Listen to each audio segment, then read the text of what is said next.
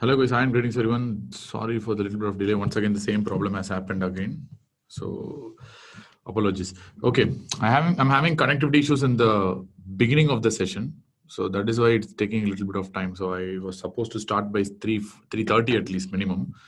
So sorry for the little bit of delay, like half an hour. No, not an issue. So people who can hear can let me know. So whether you're able to hear or not. You're able to hear, right?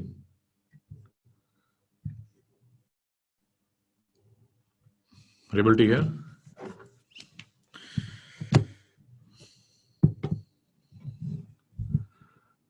Okay, clear. Cool. So let us start with where we left. So we have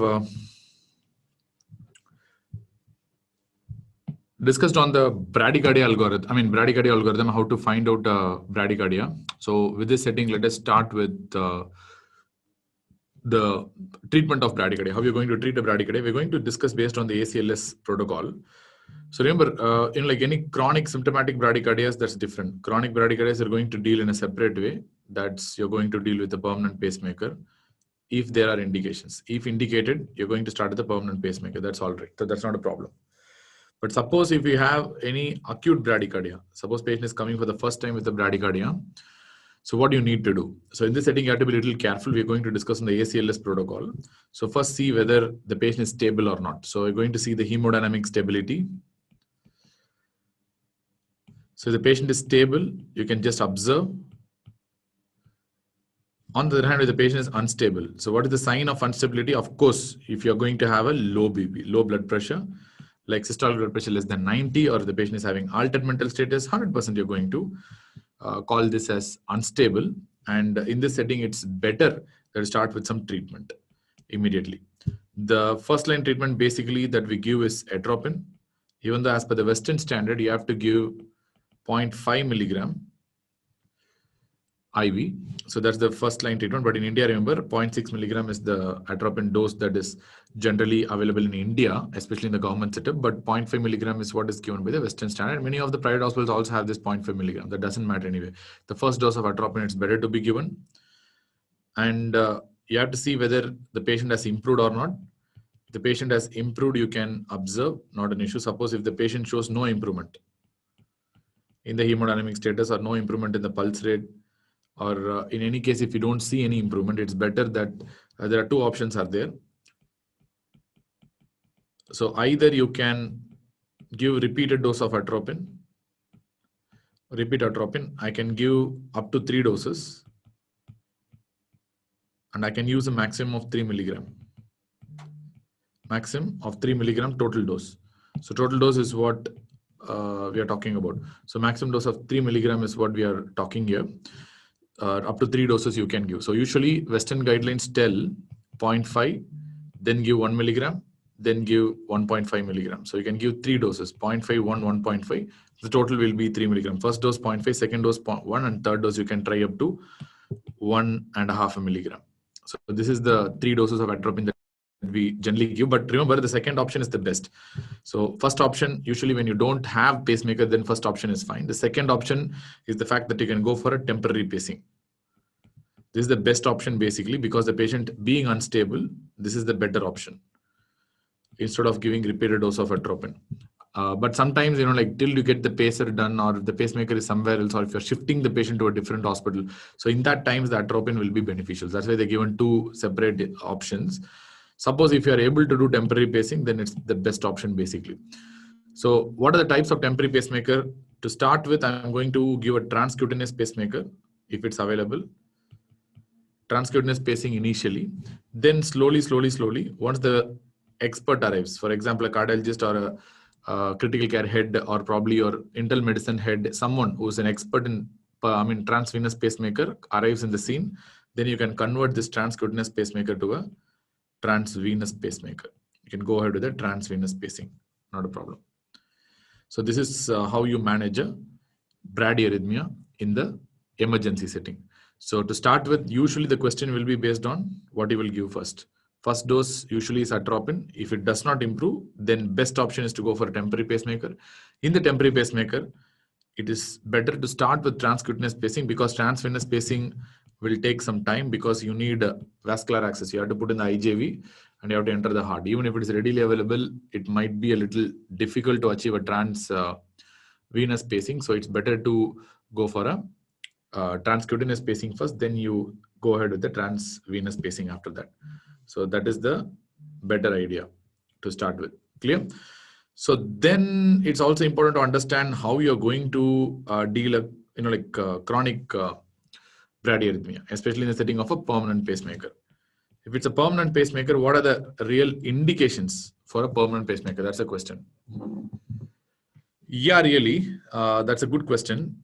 I mean, even though we don't really prefer that, suppose if your pacemaker is not available, if your pacemaker is not available, so in this setting, you can use some chronotropic drugs. So we know what are the chronotropic drugs. So basically, these are drugs that are going to increase the heart rate. You know, like you have chronotropicity that is increasing the heart rate. You know, inotropicity that is increasing the force of contraction. Then you know, dromotropicity that is increasing the speed of conduction. What is mean by lucitropy? That's the question here. What do you mean by lucitropy? Anyone?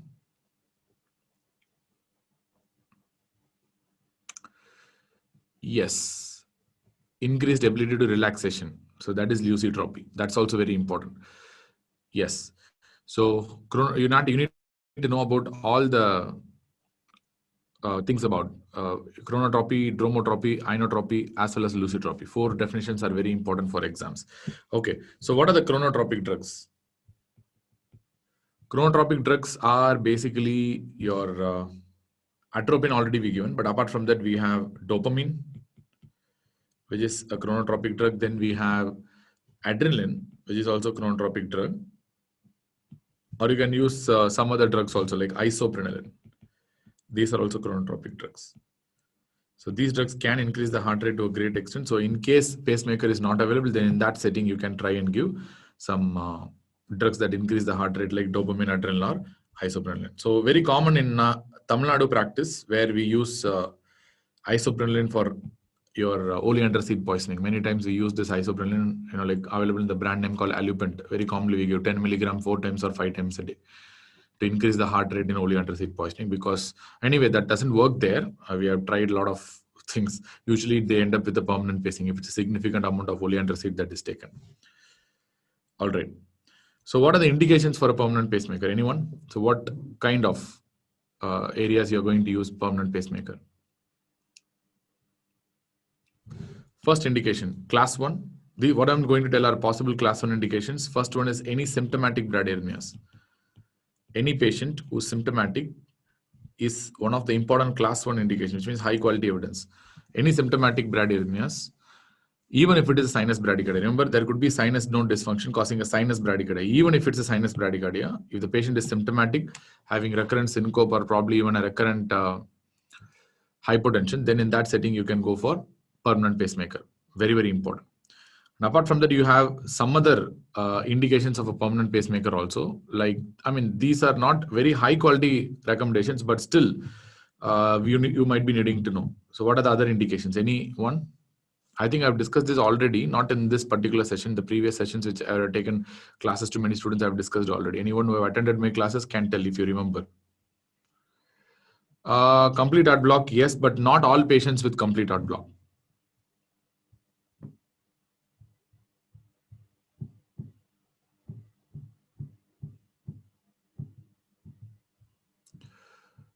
Yes, exactly. So that's what I want to tell. So this is a second class 1 indication. Shikhar has told correctly. That is complete heart block with an underlying neuromuscular disease. Like the best example will be a Duchenne muscular dystrophy patient coming with a complete heart block.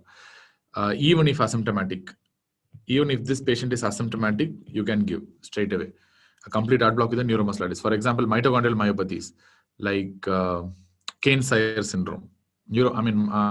Complete heart block with Kearns-Sayre syndrome, which is also neuromuscular disease. So in that setting, you can give a permanent pacemaker. What else? What else? Anyone wants to answer?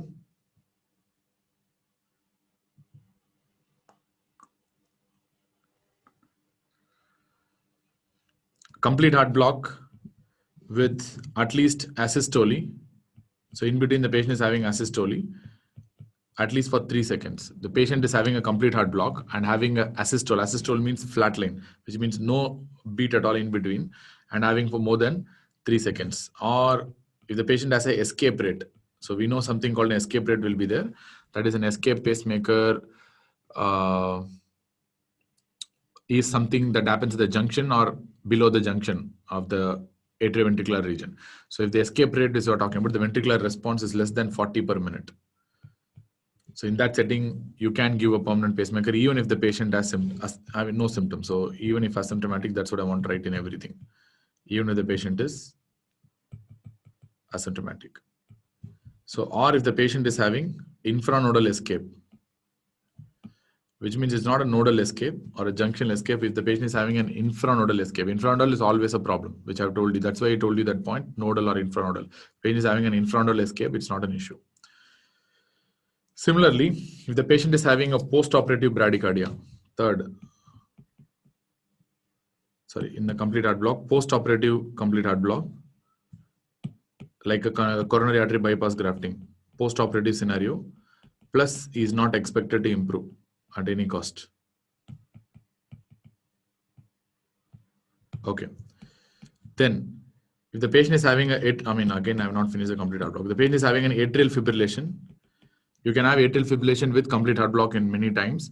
Suppose the patient is having atrial fibrillation, plus in between they are having pauses that are lasting for more than 5 seconds. So in a patient who's having AF with a complete heart block, if there are pauses that last for more than 5 seconds, once again, this becomes an indication for permanent pacing in the setting of a complete heart block. So number 3, once again, if the patient is having a second or third degree AV block that happens during exercise, and at the same time, if the patient is having a Mobitz type 2 block, at the same time in Mobitz type 2, the patient is having alternative bundle branch blocks. With every alternating beat, they are having a bundle branch block. In that setting, you can give. Or fifth, you can give in the setting of a carotid sinus hypersensitivity causing a syncope. You know what do you mean by carotid sinus sensitivity? When you these patients will be overly sensitive to the carotid sinus. Even a tight collar or even shaving, stimulating the carotid sinus can result in serious bradycardias. So in a patient who is having a carotid sinus hypersensitivity, if the patient is having symptomatic pauses more than 5 seconds, or if the patient is having asymptomatic pauses more than 6 seconds, more than not 5, yes, more than 3 seconds here. It should be double. More than 3 seconds, and if the patient is having asymptomatic pauses more than 6 seconds, this becomes an indication for a permanent pacemaker. So what is a potential question in the exam? So of course, the first one is a very important potential question. Any symptomatic bradycardia has to be paced. Number 2, complete heart block in neuromuscular disease. This is important because this has already been asked in the exams. Any complete heart block in neuromuscular disease, you have to pace them.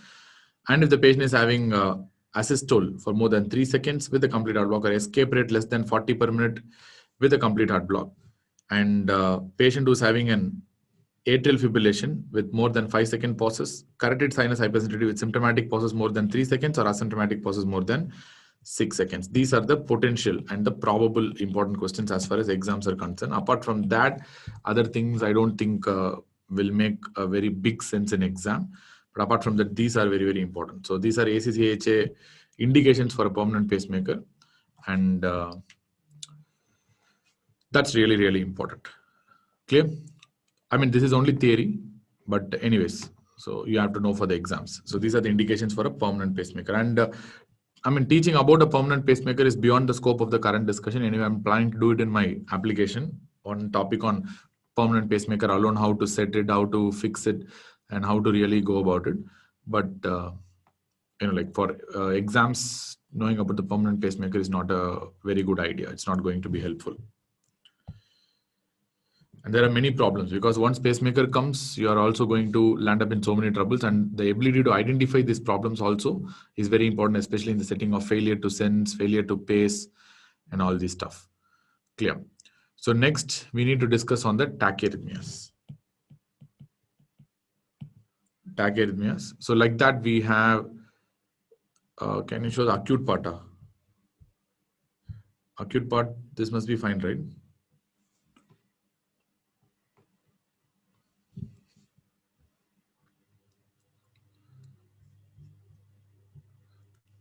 Suppose if you tell sometimes I can help you. Suppose if you want really to know, if you want to, write something, and if my image is interfering you, then you can tell me so that I can suddenly do something like this. So you will be able to understand. So if you are over then done, then I will push my image back. If you want to do that, then you tell me whenever you want. So CSH is carotid sinus hypersensitivity. Carotid sinus hypersensitivity.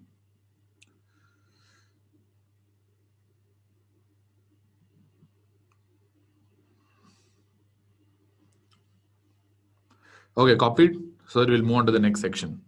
If you're copied, you just give me a thumbs up or tell yes, so that I'll move on to the tachyarrhythmia algorithm.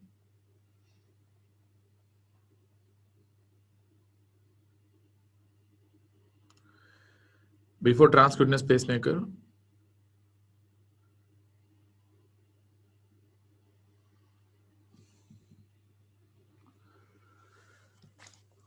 that is temporary pacing. So this is temporary pacing. This is transvenous pacing. Okay, fine. So let us move on to tachyarrhythmias. Tachyarrhythmias, we know heart rate more than 100 and the gap between two RR intervals should be less than 3 large boxes. In that setting, you can call it as a tachyarrhythmia. We have many different types of tachyarrhythmia, of course, to start with.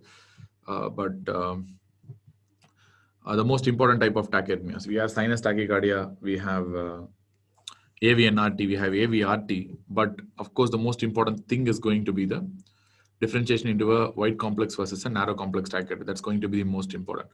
How will you really classify into a wide complex or probably a narrow complex? So first, let us say the basics of tachyarrhythmia, that you have two different types of tachyarrhythmia. One is a ventricular tachyarrhythmia. So one tachyarrhythmias of ventricular origin. Ventricular origin. Second, tachyarrhythmias of supraventricular origin, which means anything that is not in the ventricles.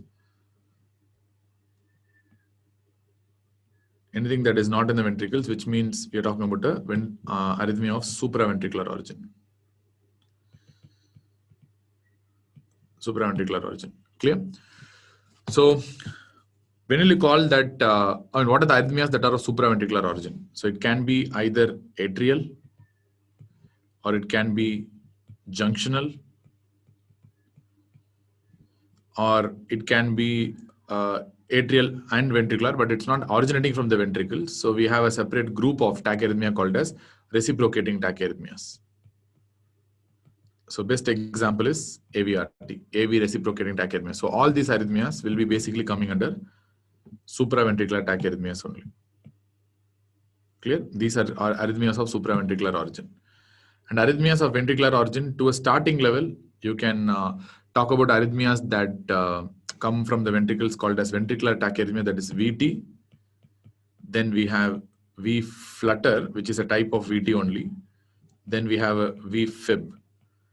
And for all practical purposes, there are so many types of VT. So many different types of VT are there based on the location of VT. But for all practical purposes, it's better to split VT into a monomorphic VT and a polymorphic VT.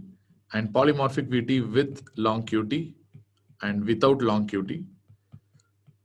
And polymorphic ventricular tachycardia without long QT will be simply called as PMVT, but polymorphic ventricular tachycardia with long QT is what we refer to as classically toss eddy pointed.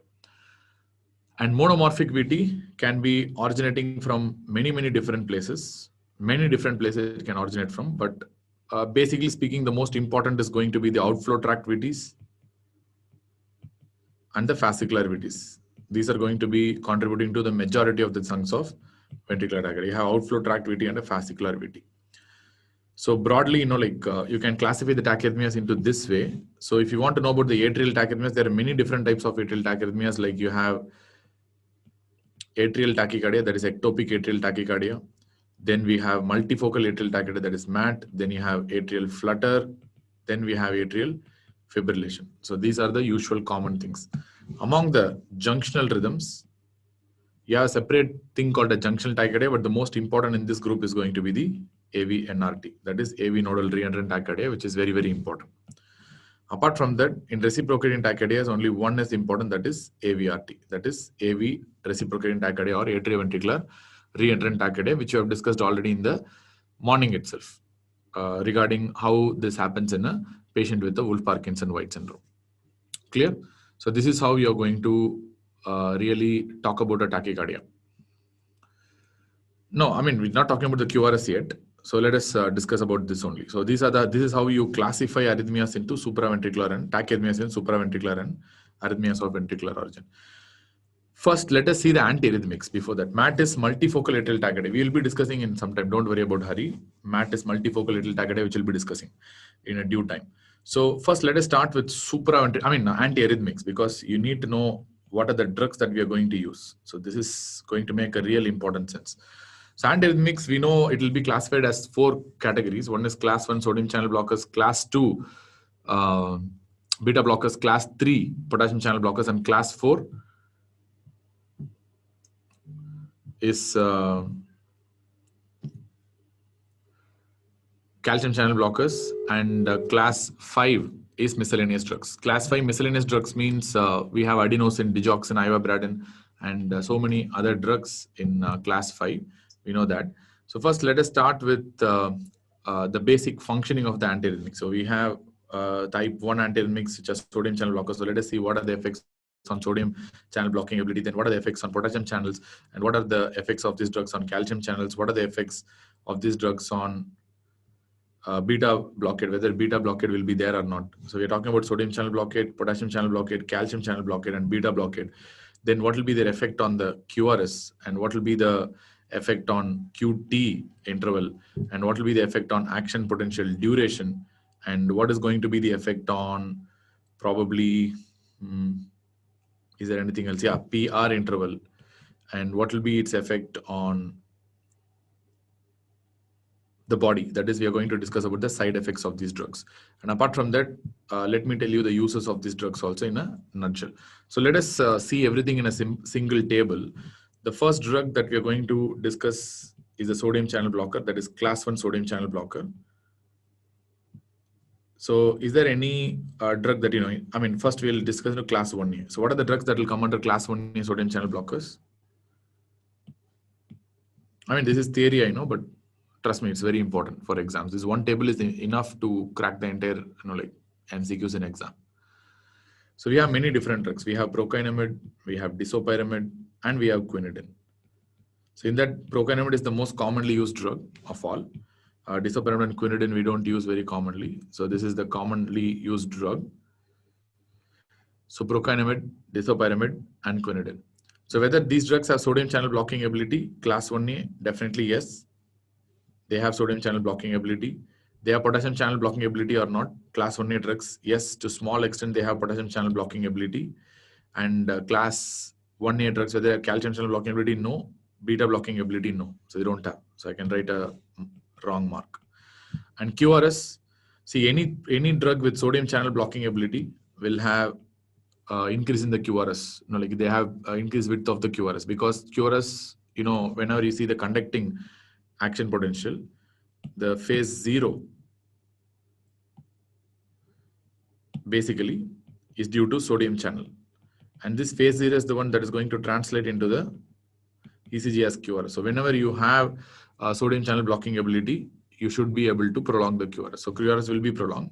And what will be the effect on QT? QT also will be prolonged, because the phase 3 that you're talking here is basically due to potassium efflux. And if you block the potassium channels, of course, the phase 3 must be prolonged. And if you prolong the phase 3, the action potential duration will be prolonged. And if that is prolonged, then of course my ECG will have a bigger T wave. And of course my QT also will be prolonged. So basically my action potential duration will depend on the QT. So if my QT is prolonged, or if my action potential is prolonged, of course my QT also will be prolonged. And PR interval, usually there will be not much effect, because these are not beta blocking or calcium channel blocking. Only if it's calcium channel blocking or beta blocking, they're going to have effect on the QT. So as far as the side effects are concerned, the most important side effect of procainamide, if somebody wants to tell, That is the drug-induced lupus erythematosus, which is extremely common with these drugs, especially procainamide and quinidine. Both can induce something called a drug-induced lupus erythematosus, which we'll be discussing in detail in the rheumatology section. Quinidine can cause synchronism, but I mean, that is a very well-known common thing. The most important exam-related topic is the DILE, that is drug-induced lupus erythematosus. Then uses class 1A drugs can be used in many areas. Typically, they are used in ventricular tachycardia only. And at the same time, they can be used in accessory pathways, AF with pre-excited atrial fibrillation. So many uses are there, but first use, I can tell ventricular tachyarrhythmias, not a first line, but still you can use in ventricular tachyarrhythmias.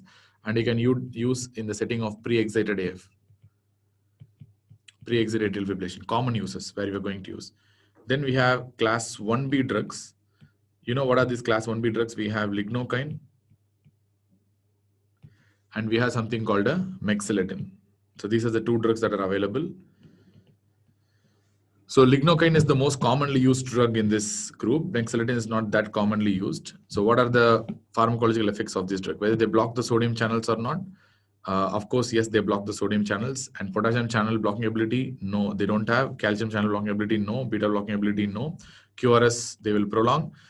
QT, surprisingly, the action potential duration is decreased and QT is decreased. This is effect that is not fully understood why it is happening with this class 1B drugs, but they tend to shorten the QT interval and they tend to reduce the action potential duration and don't have much effect on the PR interval. And of course, the side effects, as far as the lignocaine is concerned, the most important side effect is the CNS toxicity. The neurotoxicity is what we are going to talk about. As far as mexiletine is concerned, we are going to talk about a GI toxicity, gastrointestinal side effects. But these are very negligible. Only if you use a massive dose, you will cause CNS toxicity. And there are a lot of protective agents right now for lignocaine not to cause this, like neurotoxicity. So most commonly used drug is this thing. And at the same time, it has some neurotoxicity. But one more drug which I didn't tell and not commonly used is phenytoin. Phenytoin is something I'm not going to tell because it's not commonly used for this purpose. Even though it is given in the textbooks, I'm not going to use phenytoin for this purpose. It has some minimal anti-arrhythmic properties. Where you can use lignocaine. What is the best area where you can use? Lignocaine, once again, typically used for ventricular tachycardia. That's where we prefer. But remember, it is very effective for ischemic VT. So, which means these class 1B drugs are preferentially going to act. So, the preference for class 1B drugs is towards ischemic tissues or depolarized tissues. They typically work on ischemic tissues or depolarized tissues. So, that is where they preferentially act, which means in a non-ischemic tissue, their action will be extremely poor. So, I'm not going to use. So, VT, especially the ischemic VT, is where lignocaine is extremely famous. And very rarely in exam, you can tell digoxin-induced tachyarrhythmias. So especially digoxin-induced ventricular or atrial tachyarrhythmias. So in that setting, lignocaine may be little effective. But to be honest, for this purpose, any digoxin-induced arrhythmia, trust me, in the current era, the best choice is going to be digibind only. So that's a neutralizing antibody against digoxin. So that's going to be the best drug, and I'm not going to use lignocaine or phenytoin for this purpose, even though pharmacology textbooks are mentioning that, and I'm not going to use that for that purpose. Then we have class 1C drugs. We have two characteristic class 1C drugs, flecainide and propofenone. These are the two drugs, flecainide and propofenone. And as far as sodium channel blocking ability is concerned, they are considered to be the strongest sodium channel blocker in this class 1 group. They are the strongest. If you ask you which is the weakest drug is going to be the class 1B. This is the weakest sodium channel blocker. And the moderate acting is class 1A. So class 1C is supposed to be the strongest sodium channel blocker. And they do not have any potassium channel blocker ability. They do not have any calcium channel blocking ability. They have a very weak beta blocking ability, especially with propofenone. Only with propofenone, you can have a weak beta blocking ability, but apart from that, they don't have that much of beta blocking ability. QRS definitely prolongs because it's a sodium channel blocker. Action potential duration, no much effect because there is no potassium channel blocking ability. QT, not much effect because they don't have any potassium channel blocking ability. PR interval can be normal or slightly prolonged because propofenone can produce a beta blocking ability, which can increase the blockade in the AV nodal level. And as far as side effects are concerned, the one important thing that you have to note in this particular example is these drugs are contraindicated in structural heart disease. Remember, many trials have been done where it's clearly proven that class 1C drugs, if you give in any form of structural heart disease, they're going to be absolutely dangerous, and don't give. And they increase mortality in structural heart disease, which has to be clearly known. And as far as the uses are concerned, uses are very limited to atrial fibrillation. So AF is the primary area where you are going to use this class 1C drugs, especially if there is no structural heart disease. So in that setting, you can give atrial fibrillation, or you can use in the setting of a pre-excited atrial fibrillation also, where they are very effective. And again, they should not have any structural heart disease. That's why in the morning I told you it can be given if the patient does not have any structural heart disease, which you have clearly found out already. Then we have the class 2 drugs, which are nothing but the beta blockers. Sodium channel blocking ability, no. And potassium channel blocking ability, no. Calcium channel blocking ability, no. And beta blocking ability, powerful. And QRS, no effect. QT, not much effect. Action potential duration, not much effect. And PR interval, definitely prolonged. And what are the side effects of these drugs? These drugs have innumerable side effects. But most importantly, I need to know the contraindications for beta blockers. What are the standard beta blocker contraindications? Of course, if the patient is hemodynamically unstable, I'm not going to use, especially in the setting of bradycardia, or if the patient is having hypotension, of course, I'm not going to use beta blockers. Or if the patient is having reactive airways disease, like for example, a severe bronchial asthma or a severe COPD, which is reactive, then in that setting, I'm not going to use a beta blocker. And if the PR interval is more than 0.24 seconds, I'm not going to use beta blocker. In second degree, third degree AV blocks of any cause, I'm not going to use beta blockers. Or apart from that, is there anything else? No. And in for pulmonary edema, if the patient is having frank pulmonary edema, in this setting, I'm not going to use beta blockers because they are negatively inotropic agents. So that is the overall goal. So you have to know the standard beta blocker contraindications. Hereafter, in the future, when I'm going to discuss about the beta blockers, I will just mention standard beta blocker contraindications, and you should be able to know what are the standard beta blocker contraindications. Beta blockers can be used in a variety of conditions. Class 1C. No, class 1C agents are supposed to be effective in AF. It's been a trial proven thing. Even class 1A and class 1B can be used in AF, but class 1C agents are supposed to be the most strongest as far as atrial fibrillation is concerned. Then we have the uses of these drugs. Class 2 drugs are used in variety of conditions. You can use to reduce the ventricular response in literally any atrial arrhythmia. In atrial arrhythmias, you can use beta blockers to reduce ventricular response, especially in atrial fibrillation. It's very useful to control the ventricular rate and to control the ventricular response by blocking the AV node. You can use beta blockers. These drugs are extremely helpful in this situation, especially in the setting of an atrial fibrillation. So beta blockers are very effective in suppressing VPCs, ventricular premature contractions. Whenever you talk about VPCs and it's frequent and causing some hemodynamic disturbance, then in that setting, to reduce the incidence of VPCs, beta blockers are extremely helpful. At the same time, they can be used as prophylaxis also to reduce ventricular arrhythmias, especially in the setting of an ischemic heart disease. Yeah, I'll come back to that. Ischemic heart disease, reduce ventricular arrhythmias in the setting of ischemic heart disease. I can use beta blockers as a prophylaxis immediately after diagnosing a STEMI or end-STEMI unstable angina. I can use beta blockers. So broadly, these are the basic uses of beta blockers. As Ashwin told, beta blockers, except sotalol, you can use any beta blocker that is going to come under group 2, because sotalol is going to come under class 3 drugs. Class 3, we have many drugs. We have amiodarone, we have dronedarone, we have ibudilide, and we have dofetilide, and we have sotalol. And Bretylium was there before, but currently, we don't use the drug, and there's no Bretylium available right now in the world because the companies that market that have been stopped using Bretylium, and there is no Bretylium in the world. So class 3 amiodarone, powerful sodium channel blocker, powerful potassium channel blocker, powerful beta blocker, powerful calcium channel blocker. And of course, they are going to increase QRS width significantly. They are going to increase action potential duration, as well as they're going to increase the PR interval, and they're going to increase the QT also. So they're very powerful QT prolonging agents. So just for namesake, I'll rub this, which I feel you should have written already. So what are the side effects of this drug? There are many problems with amiodarone, because amiodarone is one drug which is going to have a large volume of distribution. So you need to have a large dose, and it's slow to act. So which means that makes you have to give a loading dose always. Loading is really important because of two reasons. One, it's slow to act. Second is it has a very large volume of distribution. For these reasons, you have to always start with the loading dose. And the problem with IV loading doses, whenever you give IV doses, especially in the form of loading dose, they can suddenly form hypotension. They can suddenly reduce the BP, and they can cause hypotension and sometimes even cardiac arrest. That has to be noted.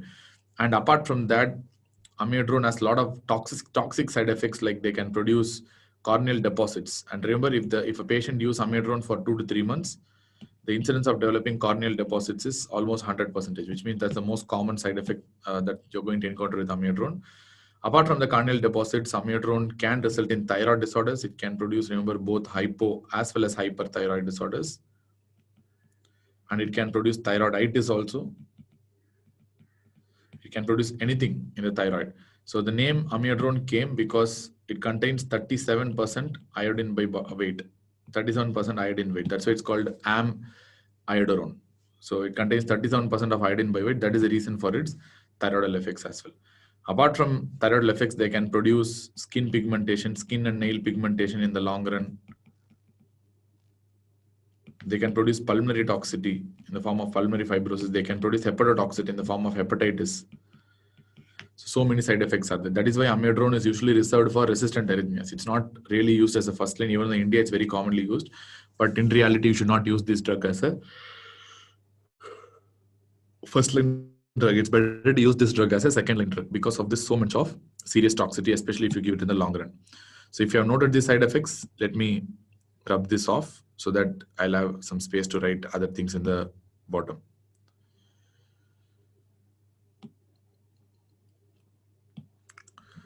So now, what are the uses of amiodarone? Amiodarone has a wide variety of uses, which means I can just write variety of uses. It can be used from any supraventricular arrhythmia to ventricular arrhythmia.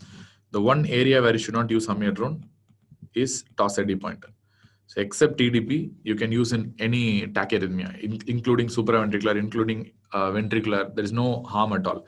It can be used in any arrhythmia with the one exception, that is toss-eddy pointer. But it's not the first line for corneal deposits. I told you already that specks in the cornea will come. That is corneal deposits. That's common with amiodarone, especially in people who are taking amiodarone for more than 3 months. It's extremely common.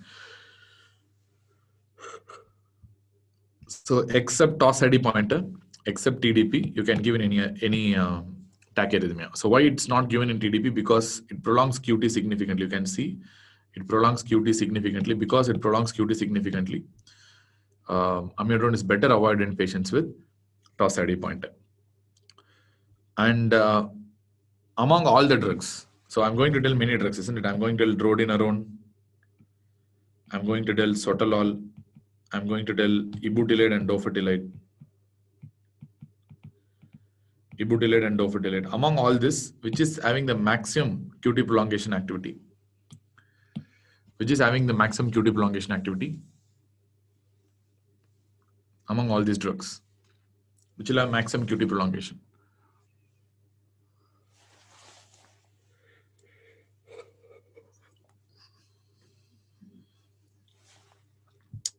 Basically, amiodarone only. Amiodarone is the one that's going to have maximum QT prolongation activity to start with, which means which should have a highest risk of torsades. If amiodarone is having the maximum QT prolongation, which should have the highest risk of torsades?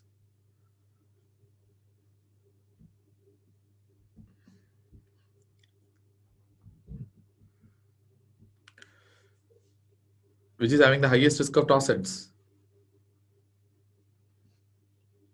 Nobody wants to answer. People are there or sleeping.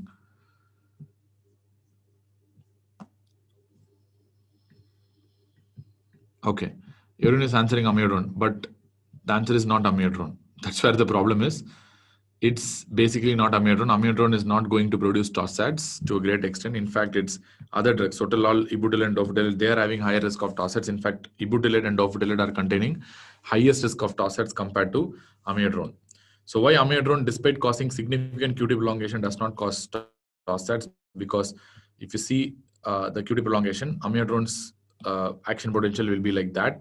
I mean, the action potential under the influence of amiodarone will be like this, which means there is significantly prolonged QT because of the significantly prolonged slope of the phase 3 in the action potential. So now you know one of the very important reasons for long QT causing toss ID point is your early after depolarization, that is EADs.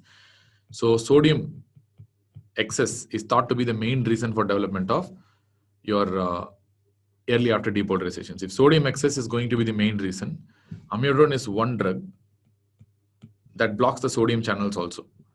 So that is the reason why even if they prolong the QT, they cannot produce sufficient number of early after depolarizations to produce the toss ID pointer. So that is why amiodarone, among all the class 3 drugs, even though it produces the maximum QT prolongation, it is having least risk of developing tossards among all the class 3 drugs. So that is the reason, because of its sodium channel blocking ability. Then you have dronedarone, which is going to have extremely similar effect to that of amiodarone. There's no difference. What is the only difference with dronedarone? The only difference with dronedarone is the fact that they're going to have lower iodine. So since their iodine content is low, you can consider as dronedarone as drained amiodarone. Drained amiodarone, you can call it as dronedarone. What is it drained of? It's drained of iodine. So if it's because it's low iodine, it is having low thyroid effects. It's going to have low thyroid side effects. But remember, dronedarone is not approved and it's contraindicated in heart failure and pulmonary edema. Amiodarone can be used still in heart failure and pulmonary edema, but dronedarone cannot be used in heart failure and pulmonary edema. The same uses of amiodarone can be applied for dronedarone also, but dronedarone cannot be used in heart failure and pulmonary edema, and you have to be careful about that. And what about sotalol? Sotalol is not a sodium channel blocker. Is of course a potassium channel blocker, is not a calcium channel blocker, but it has a beta blocking ability because sotalol is also beta blocker basically to start with. And what about the QRS? QRS will not have any impact because this is not a sodium channel blocker. And what about action potential duration and QT? Definitely it will be prolonged. And what about PR interval? It will be increased because it has beta blocking property. And apart from that, what are the side effects? Same beta blocker side effects. And uses, typically we will use in ventricular tachycardia. And second use, if you want to know about sotalol, you can give this drug as a prophylaxis for atrial fibrillation. It's effective for prophylaxis for atrial fibrillation, but very important use is in ventricular tachycardia. Or you can use this drug in pre-excited AF also. Fine, not a problem. But because of its beta blocking ability, it's not really warranted. It's not worth taking this, given though books are telling there is no much increased risk of developing VF with sotalol even in a pre-excited AF. But common sense tells, since it has a beta blocking ability, it's better not to prefer this drug in pre-excited AF. But you can use in AF as a prophylaxis, but main indication is in the ventricular arrhythmias, especially ventricular tachycardia. And ibutyl and dofetilide, they don't have any sodium channel blocking ability. They have potassium channel. They don't have any other activity, which means they just increase the QT and they prolong the action potential duration. And they don't have any effect on PR interval. And side effects, they are having the highest risk of toss ID pointer in susceptible individuals. So be very careful. They need proper QT monitoring.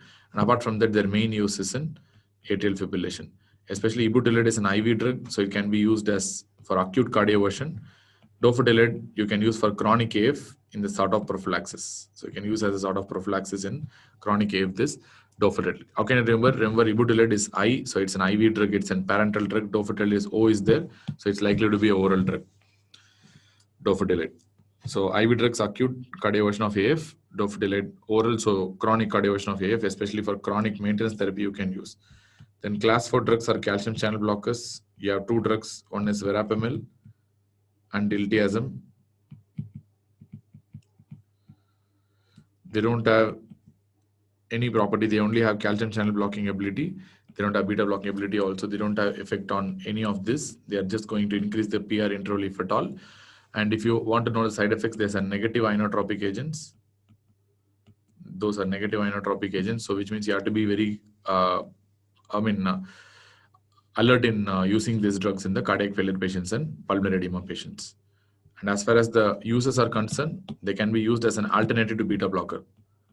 There are alternatives to beta blockers in examples where beta blockers are contraindicated. For example, if it's a reactive airways disease like bronchial asthma and pulmonary edema, sorry, not pulmonary edema, bronchial asthma and COPD. In that setting, you can use these calcium channel blockers like verapamil or diltiazem as a alternative to beta blocker therapy. So these are the uses in arrhythmias. Apart from that, they cannot be used in other areas. Like they don't have any action on the ventricle, so they cannot reduce the ventricular tachyarrhythmias. They cannot reduce the incidence of VPCs. They cannot do anything. So they are alternative beta blockers only for supraventricular tachyarrhythmias. So if you want to control the ventricular response, to reduce the ventricular response, so they can be used as an alternative beta blocker to reduce the ventricular response. So they cannot be used as a sole, first line if the beta blockers are available. If the beta blockers are not available or if it's contraindicated, then in that setting you can use these drugs, no problem. So this is the entire Vaughan-Williams classification. I think this will be useful for your exam. So if you want to take my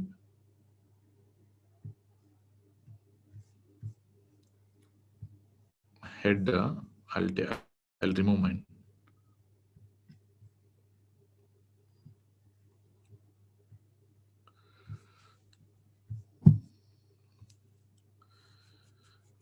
Clear?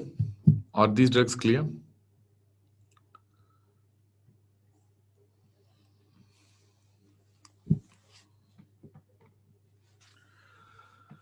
Clear not?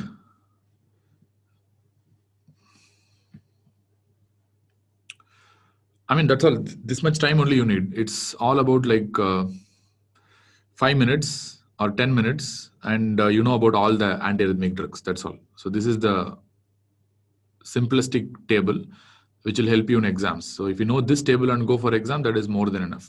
I mean, most of the indications, contraindications, all these things I told you, all the punch points and standard points you have in this table. So just before the exam, you revise this table and go once, which will be extremely useful. That is more than enough. Clear? And yeah, many other drugs, miscellaneous drugs are there. We are not going to discuss that. I'll just tell you the name. So what are the miscellaneous drugs we have? We have atropine, we have ivabradine, we have adenosine, we have digitalis, we have magnesium sulfate. So these are 4 drugs that we have. Clear? So these are the other drugs. Atropine can be used anywhere. I'm talking about a tachyarrhythmia. I'm not talking about bradyarrhythmia. Is there any bradyarrhythmia where you can use atropine?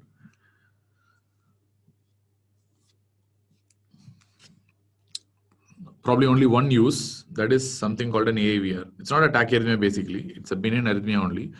Probably you can use atropine there. I'll tell you how. That is called accelerated idioventricular rhythm. So there you can probably use an atropine. Then ivabradine has multiple uses, but remember to use ivabradine, 2 conditions are there. You have to use only if the patient is having heart rate more than 70, plus patient should be in sinus rhythm. So which means this is a drug that can be used in sinus tachycardia only. So apart from that, only indication for use these drugs is sinus tachycardia. Apart from that, you cannot use ivabradine anywhere else, and it's an anti-anginal drug also. And it can be used in heart failure also. So many indications are there, but the rule is it has to be used in patients with heart failure more than 70 and in sinus rhythm, which means the only indication to use this drug is your sinus tachycardia. Adenosine, typical usage is going to be in AVNRT and some of the supraventricular tachyarrhythmias, but the typical usage is going to be in the AVNRT. So let me discuss about amiodarone later on. And digoxin typically used in AF with heart failure. So this is the only current indication for digoxin in tachyarrhythmia. AF with, if the patient is having underlying heart failure, then in that setting you can use digitalis. Magnesium sulfate, the most important use is Tosats. Tosats, magnesium is what you're going to use. Clear? That's all. So these are the miscellaneous drugs and their important uses that you should know for exams. So I think this must be it. Now we have to move to the actual tachyarrhythmias.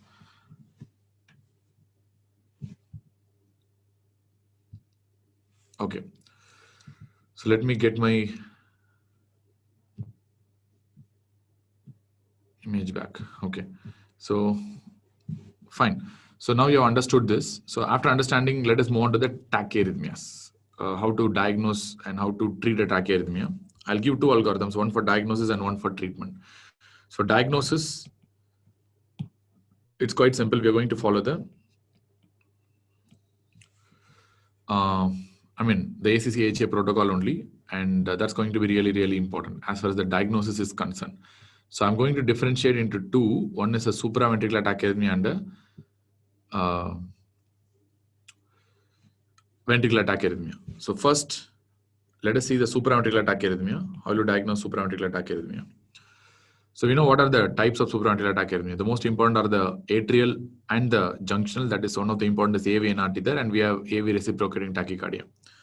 So first, whenever I have an arrhythmia, I'm going to split into whether if it's a wide complex or a narrow complex. This I'm going to do. So see the QRS complex first. So whenever I think of an SVT, whatever may be the facts, see the QRS complex first.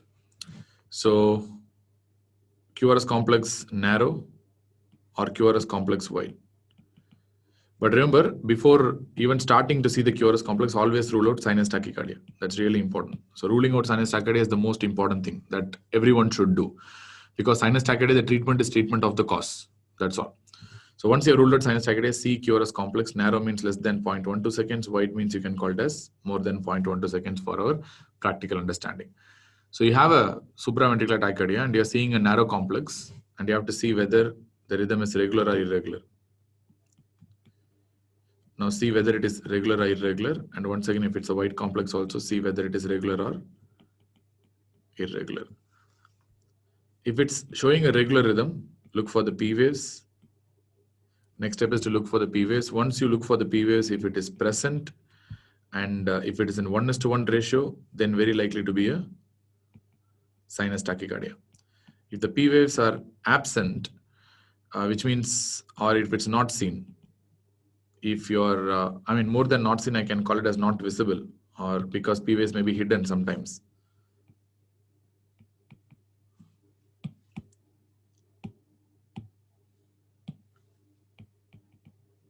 Sinus tachycardia, and the P waves are not visible. In this setting, I'll be thinking about a AV and RT. So this is where you think about an AV and RT. That is AV nodal reentrant tachycardia. Then if the narrow complex, again look for the P waves. If the P waves are seen and rhythm is irregular, and if it's a narrow complex tachycardia, in this setting there could be multiple differential diagnoses. But very importantly, you have to see whether the patient is having MAT or not. So usually whenever you have an MAT, there will be 3 different P wave morphologies, which I'll be discussing in some time. So that is called multifocal atrial tachycardia. So which I think I've mentioned already in once upon a time. So that is multifocal atrial tachycardia. Then if the P waves are absent and not seen, usually you're dealing with the AFib. So in a narrow complex, that is atrial fibrillation with no P waves. That's very common. So what are the differential diagnoses here? There are many differential diagnoses here. Suppose if I ask you what is the potential differential diagnosis for a AV and RT, what will you answer? So what is a potential differential diagnosis for AV and RT? I think we have discussed that in the morning itself. Anyway, I'm going to discuss about the mechanisms in some time, but before that, let me know. Yes, AV-RT with orthodromic conduction. So that is one of the very important potential differential diagnosis that should always have in mind. So for practical purpose, you can just diagnose as a AV and RT, not a problem. So whenever you have wide complex tachycardia, very simple, you can write the same algorithm, but the patient might have some bundle branch block. So this is what we refer to as something called a SVT with aberrancy. SVT with aberrancy. So all the same, whatever I told you there. So this sinus tachycardia or AV and RT or multifocal atrial tachycardia or atrial fibrillation, everything will apply here. But the patient is having some de novo bundle branch block or a new onset bundle branch block is there because either it could be an RBB or it could be an LBB. Because of that, the patient is having a wide complex tachycardia. And that's what we refer to as something called a SVT with aberrancy. Clear? Say supraventricular tachycardia with aberrancy. Fine. So now you'll be, getting into a new term. And what is the most important differential diagnosis for a sinus tachycardia? What is the most important differential diagnosis for sinus tachycardia? It's not AVRT. Differential diagnosis for sinus tachycardia is something called atrial tachycardia, which I'll show you in some time. There is something called atrial tachycardia. That's a very important differential diagnosis for a sinus tachycardia. I'll show you in some time. What do you mean by AVRT? Then this is how you classify supraventricular tachycardia. Then you have a ventricular origin tachycardia. So tachycardias of ventricular origin So how will you classify tachycardias of ventricular origin based on the complex? So you see the QRS complex. QRS complex can be a bit narrow, or a QRS complex can be a bit wide. Narrow, typically we call it as fascicular VT. Many times we have something called fascicular ventricular tachycardia, which is going to have a narrow complex only. Maybe I'm not telling pakka narrow complex, but it may not be categorizing the fact that more than 0.1, it will be less than 0.12 seconds. Usually, it will not be having that typical more than 0.12 seconds, or many times, like ventricular tachycardia will have very wide, like more than 0.15 and all. So that will not be there. So this narrow is the relativistic term here. It's not like absolute term. I'm talking about a relativistic term. If you're going to have a wide complex tachycardia, then you have a multiple differential diagnosis here. And if it's ventricular origin, you can divide into regular versus irregular wide complex tachycardia. As far as regular wide complex tachycardia is there, if it's of ventricular origin, possibly I'll be discussing only about one thing, that is a monomorphic ventricular tachycardia. Monomorphic VT. Monomorphic ventricular tachycardia. So this is the one thing that you need to know. Suppose if it's irregular and if it's of ventricular origin, then it can be either a PMVT or alternatively with a long QT syndrome that is called a toss-ID pointer. PMVT and toss-ID pointer can be irregular. So this is how you classify ventricular tachyarrhythmia. Of course, you have a separate group of disorders called VFib, which is very easy to find out. I'm not going to put into QRS at all, because in VFib you don't have a QRS formation. That's the problem in ventricular fibrillation. So there's no point in talking VFib under this QRS complex setting. So it's a separate disorder, ventricular fibrillation. So this is how I'm going to classify a patient with a ventricular tachyarrhythmia. I think this must be clear. Yes. So classification is over. Now how I'm going to diagnose literally. So what is the way to diagnose an exam? And of course that has to be translated into treatment, isn't it? So how you diagnose each and every disorder. For that you need to know the mechanism. So I have to discuss the mechanisms for half an hour in a bit of detail regarding each and every arrhythmia, at least to a step. No, wide QRS with bundle branch block. You're asking yes. No. It's not that. It's the same arrhythmias. Sinus tachycardia, AVNRT, MAT, atrial tachycardia, AVRT with orthodromic conduction, atrial fibrillation. If they have bundle branch block, that is called as SVT with aberrancy. You should not think like wide complex tachycardia, like with bundle branch block is SVT with aberrancy. This is wrong. This thinking is wrong. That's not correct. That's not correct. So thinking is that all these arrhythmias which I have mentioned, if they have a bundle branch block, they'll come under SVT with aberrancy only. Yes, of course, the same. SVT with bundle branch block and SVT with aberrancy is the same. Or there are many different definitions for SVT with aberrancy. I'll come back to that because you have not yet known the mechanism. Then it's very difficult to tell. Yes, ventricular flutter will come under ventricular tachycardia. Like monomorphic VT, one of the subtype of monomorphic VT is ventricular flutter. I'll show you how to diagnose a flutter. Remember, if the patient is having ventricular rate of more than 250, usually it will called as flutter, plus the patient will have something called a sine wave pattern. So if the same monomorphic VT, if it happens at a rate of more than 250, and if it shows sine wave pattern, then it will become a ventricular flutter, V flutter. I think this must be clear. So first of all, you need to know the broad category of classification. So first, how to classify these arrhythmias based on regularity and irregularity, and how to approach this. This is the first quintessential step as far as arrhythmias are concerned. So clear? Sinus tachy, atrial tachy, very important DDs for that particular area, and AVNRT and AVRT with orthodromic conduction comes very importantly. And one more important thing, I didn't talk about that. What is the most important DD for monomorphic ventricular tachycardia? Wide complex rhythm. That is not ventricular origin, wide complex rhythm, but a very important DD. That's not a ventricular origin, but still that's important to know. What is a DD for VT? If at all, if I ask you DD for VT, what you will tell? Yes, SVT with aberrancy. So whenever you have an SVT with aberrancy, this forms a very important differential diagnosis for a ventricular tachycardia because it's wide complex. Similarly, whenever you have a ventricular tachycardia, the most important DD here will be, SVT with aberrancy. most important DD will be SVT turbulency. And these two things you should never forget. So whenever you talk about a wide complex tachycardia, your your entire thing will revolve only around two things. So one is SVT turbulency, second is ventricular tachycardia. Both will come together when you discuss about a wide complex tachycardia. So leave that.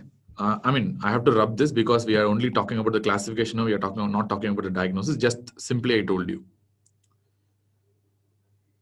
So let me rub this.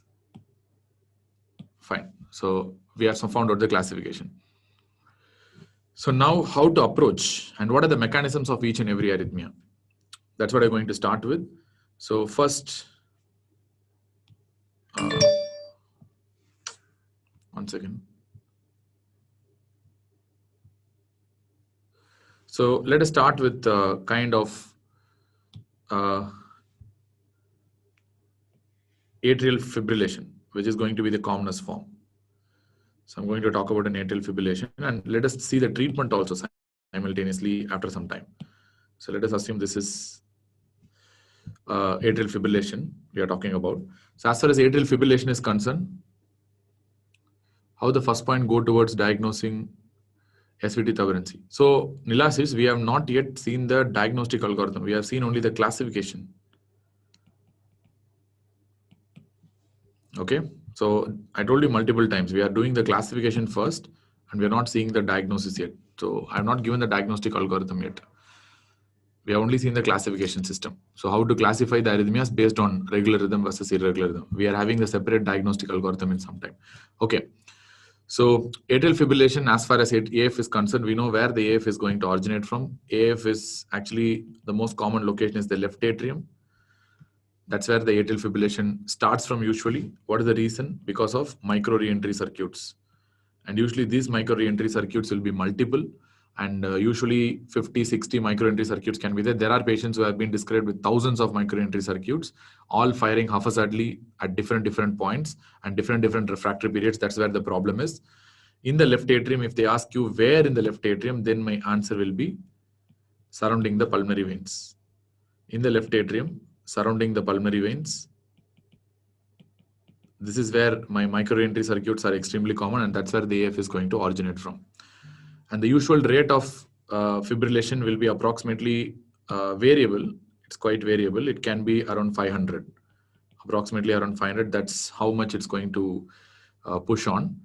And at the same time, characteristically, the AV node is the one that's going to filter all these impulses. And even if so many impulses are coming into the AV node will filter off. If there is only AV node, then you will be getting a ventricular response of approximately maybe around 100 to 160 per minute, depending on your AV nodal conduction or depending on whether the patient is taking drugs or not. It can be 180 to 160 somewhere around. So the ventricular response is basically less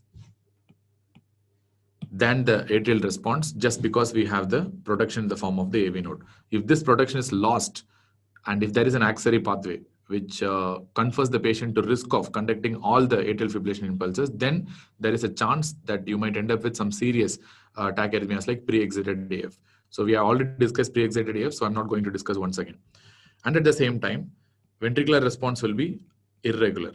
And typically it will be irregularly irregular. And that is the reason why in atrial fibrillation, even your pulse is also irregularly irregular. Because pulse depends on the ventricular response only. And at the same time, not only the pulse, there will be something called pulse deficit. Why the pulse is deficient here? Because your strength of contraction depends on the amount of cardiac filling. We know that. Suppose if you have a irregular rhythm like this, so what will really happen is there are some areas where you have an extremely short time for the ventricles to fill up. So within a short period of time, if you get a beat, so this beat will be, like having very small amount of stroke volume. And sometimes that might appear as a no pulse at all. So that's what we refer to as pulse deficit, which means we're talking about a low stroke volume pulse that will happen if the RR interval is extremely low. And we already know that this is one of the important examples of producing an Ashman phenomenon. Yesterday, we discussed in detail about what do you mean by Ashman phenomenon. So where I told you, because there is a beat-to-beat variability, so many times whenever there is a very small RR interval, like what I have mentioned here, if you have a small RR interval like this, sorry, it's gone completely. Okay, whenever you have a small RR interval like this, the next beat will have a bigger RR interval. Then if you have a bigger RR interval, again, if you get a smaller RR interval, so because the ventricle is habituated to have a larger RR interval, suddenly if you get a small RR interval, the ventricle will not be ready to conduct. So in that setting, you might get a bundle branch block. Yesterday we discussed. That is what we refer to as a Ashman phenomenon. So I think you will be no longer having doubts about that. One of the important cause of Ashman phenomenon is your atrial fibrillation. So this is the idea of Ashman phenomenon. And apart from that, there are many other points that you have to know with regards to atrial fibrillation. So what atrial fibrillation is going to do? Is it going to kill the patient, or if it's going to debilitate the patient, which is the most common situation that the patient is going to end up with? Killing the patient or debilitate the patient or disable the patient? AF kills, AF disables. AF most often disables the patient. So it doesn't kill the patient really. It most often disables the patient because of the risk of clot formation. So there can be thrombus formation within the left atrium. And this thromboembolic manifestations are one of the main reasons why the patient goes for embolic stroke and they will die. So let us see in detail about what are the points with regards to AF. So first thing is you need to know the types of atrial fibrillation. So what are the types of atrial fibrillation? You have something called an acute atrial fibrillation, which is typically defined as AF that happens within 48 hours. Then you have something called chronic atrial fibrillation, which means anything more than 48 hours, or if the duration is unknown. The patient comes with AF, and if the duration is not known, then also we'll take it as chronic atrial fibrillation for safety. Then we have something called a paroxysmal AF. So what do you mean by paroxysmal AF? Paroxysmal AF is a sudden onset AF. The word sudden, there is no warm-up, there is no graduality in that. That's what we refer to as paroxysmal. Plus at the same time, it lasts for less than 7 days. Plus it reverts spontaneously. It comes back to the sinus rhythm spontaneously without any cardioversion. You did not do anything, automatically it will come back normal. This is what we refer to as a classic paroxysmal AF. Then we have something called a persistent atrial fibrillation. So definition of persistent atrial fibrillation, more than 1 week, that is more than 7 days, I can write in the same manner. It persists for more than 7 days, plus it does not revert spontaneously, and you need external cardioversion to bring the rhythm back to sinus rhythm. So you need external cardioversion. Somebody has to do something in the form of drugs or probably a DC shock to bring the rhythm back to sinus rhythm. That's what we call as a persistent atrial fibrillation. Then we have a long-standing persistent atrial fibrillation. Typically, it is defined as AF for more than 1 year. That is what we refer to as long-standing persistent. Then we have another entity called a permanent atrial fibrillation. As the name suggests, permanent atrial fibrillation means here the doctor and patient, everyone came to a conclusion that AF is going to be the final rhythm for the patient. Whatever they have attempted have failed, and AF has failed to resolve. And they agree that it's okay to have an AF for life. I'll just treat the complications that will happen out of AF so that the patient doesn't go for any problems. That's all. So that's how it is. It's a permanent AF. You cannot do anything with that kind of AF. So there are 6 types of AF. Each and every type is a question. Acute AF, chronic AF, paroxysmal AF, persistent AF, long-standing persistent AF, and permanent atrial fibrillation. As far as the clinical features are concerned, usually in exams, they will concentrate about 4 no's in atrial fibrillation. What are the no's in atrial fibrillation? So very simple.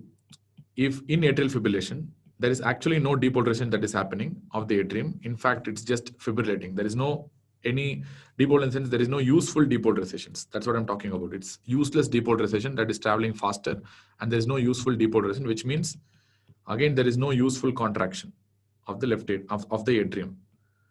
That's what is happening of the atrium. So what are the 4 no's in atrial fibrillation? Because there is no useful depolarizations, the ECG will not show any P wave. We know that.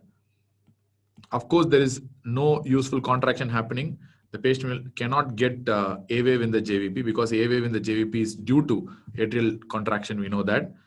And apart from that, there are other things that happen due to atrial fibrillation. For example, 4th heart sound is a sound that happens due to atrial contraction. So here there is no useful contraction, so you will not get a 4th heart sound, even if the patient has conditions that predispose to the development of 4th heart sound.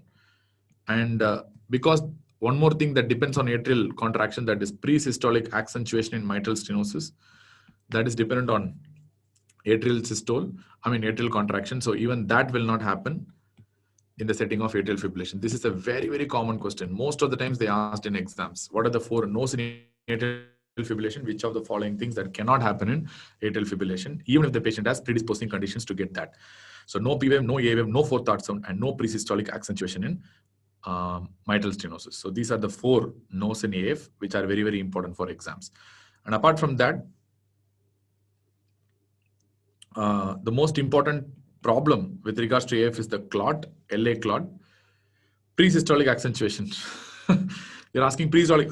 Presystolic accentuation means, how to tell presystolic accentuation? Like you have a cardiac cycle. I cannot explain much faster than this.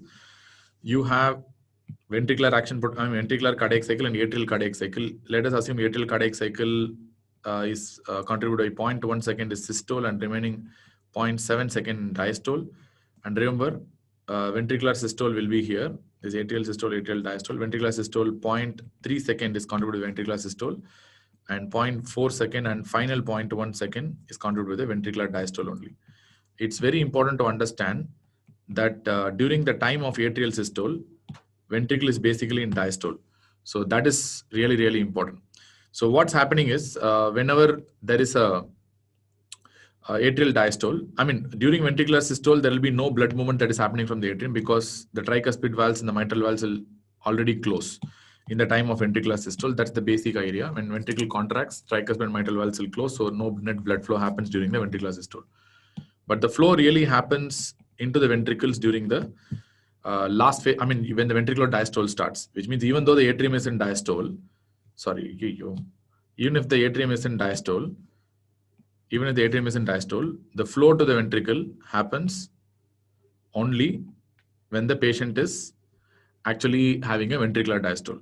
So, but the problem is in the setting of a mitral stenosis. So if you have a mitral stenosis, the flow during the ventricular diastole, at least in the early part, is very, very less because this area is contributed by something called a passive filling. So the passive filling will not be able to fill the ventricles through, being the stenosed valve, against the stenosed valve. So what really happens is a lot of blood will still be left in the atrium, and that will be accumulated in the atrium, and all this blood will be forcibly filled into the ventricles during a last part of the ventricular diastole. So this forcible filling is the reason why you develop that presystolic accentuation, which means the MDM is going to happen. Because why mid-diastolic murmur in MS is happening? Because the passive filling is restricted by the stenosed valve, and that has to move against the stenosed valve. So that's why you get a mid-diastolic murmur. And that's a diastolic murmur. Apart from that, in the late part of the ventricular diastole, once again the murmur will accentuate. That is because of the atrial kick that is generated. So because the atrial kick that is generated going to produce presystolic accentuation. In atrial fibrillation, you don't develop an atrial systole, so you can develop a presystolic accentuation. Hope you understand. People are understanding this. What do you mean by presystolic accentuation? Yes or no? Clear or not? Yes. So 4 no's as far as exams are concerned. One is no P wave, no A wave, no fourth thought sound, and no presystolic accentuation in MS. Really, really, really, really, really, really important. And apart from that, if they ask you what is the most common location of clot formation in atrial fibrillation, my answer will be left atrial appendage, LA appendage. That's where my clot is going to form. That's a very important MCQ again. Remember, atrial fibrillation is the most common ICU arrhythmia. In the ICU, if they ask you the most common arrhythmia, AF is the most common ICU-related arrhythmia. And of course, AF is the most common arrhythmia that happens after an alcohol binge, not abuse. I can call it as an alcohol binge. After an overnight alcohol binge, if they ask you next day, patient comes with an irregular pulse, answer is atrial fibrillation. That is what we refer to as something called a holiday heart syndrome. So because it has been assumed that patients drink alcohol after a holiday or during a holiday, but they've never seen medicos, I think. So they drink every day, right? So after an alcoholic binge, next day, if you develop an atrial fibrillation, that is called as holiday heart syndrome. And apart from that, of course, AF is the most common arrhythmia that happens in a thyrotoxic patient. Remember, sinus tachycardia, if you consider that as an arrhythmia, then that will be the most common. But if you don't consider sinus tachycardia as an arrhythmia, then thyrotoxicosis, AF is going to be the most common arrhythmia. If you exclude sinus tachycardia from the arrhythmia group, I don't really feel sinus tachycardia is an arrhythmia. So I believe that AF is the most common thyrotoxicosis related arrhythmia if you exclude sinus tachycardia. So, and of course, AF is the most common ICU arrhythmia, again, if you exclude the sinus tachycardia. Clear? So these are some of the important points that you need to know with regards to atrial fibrillation. And ECG wise, it's going to produce an irregular rhythm. And what about the SA nodal activity? SA node will be active here, or SA node will be suppressed? SA node will be still active, or SA node will be suppressed? Of course, it will be suppressed. SA node will be suppressed because this will reach the atrium and this is beating at a rate of 500, and SA node will definitely not work because of overdrive suppression. Because of phenomenon of overdrive suppression, SA node can't work, really can't work. It will be suppressed for sure. Fine. I think this much must be enough to regarding atrial fibrillation. What is the difference with atrial flutter? Suppose if you want to know about the atrial flutter, so what is the difference with atrial flutter?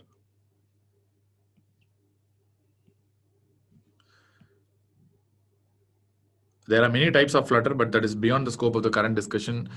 Typical flutter, atypical flutter is there, but flutter in exam, you think about only one thing. That's all. Flutter at a lower rate, but more importantly, there is a lot of differences with that of AF. Remember, flutter happens in the right atrium, not in the left atrium. Point number one, most important. Apart from that, flutter is a macro reentry circuit. It's not a micro reentry circuit. It's a macro reentry circuit.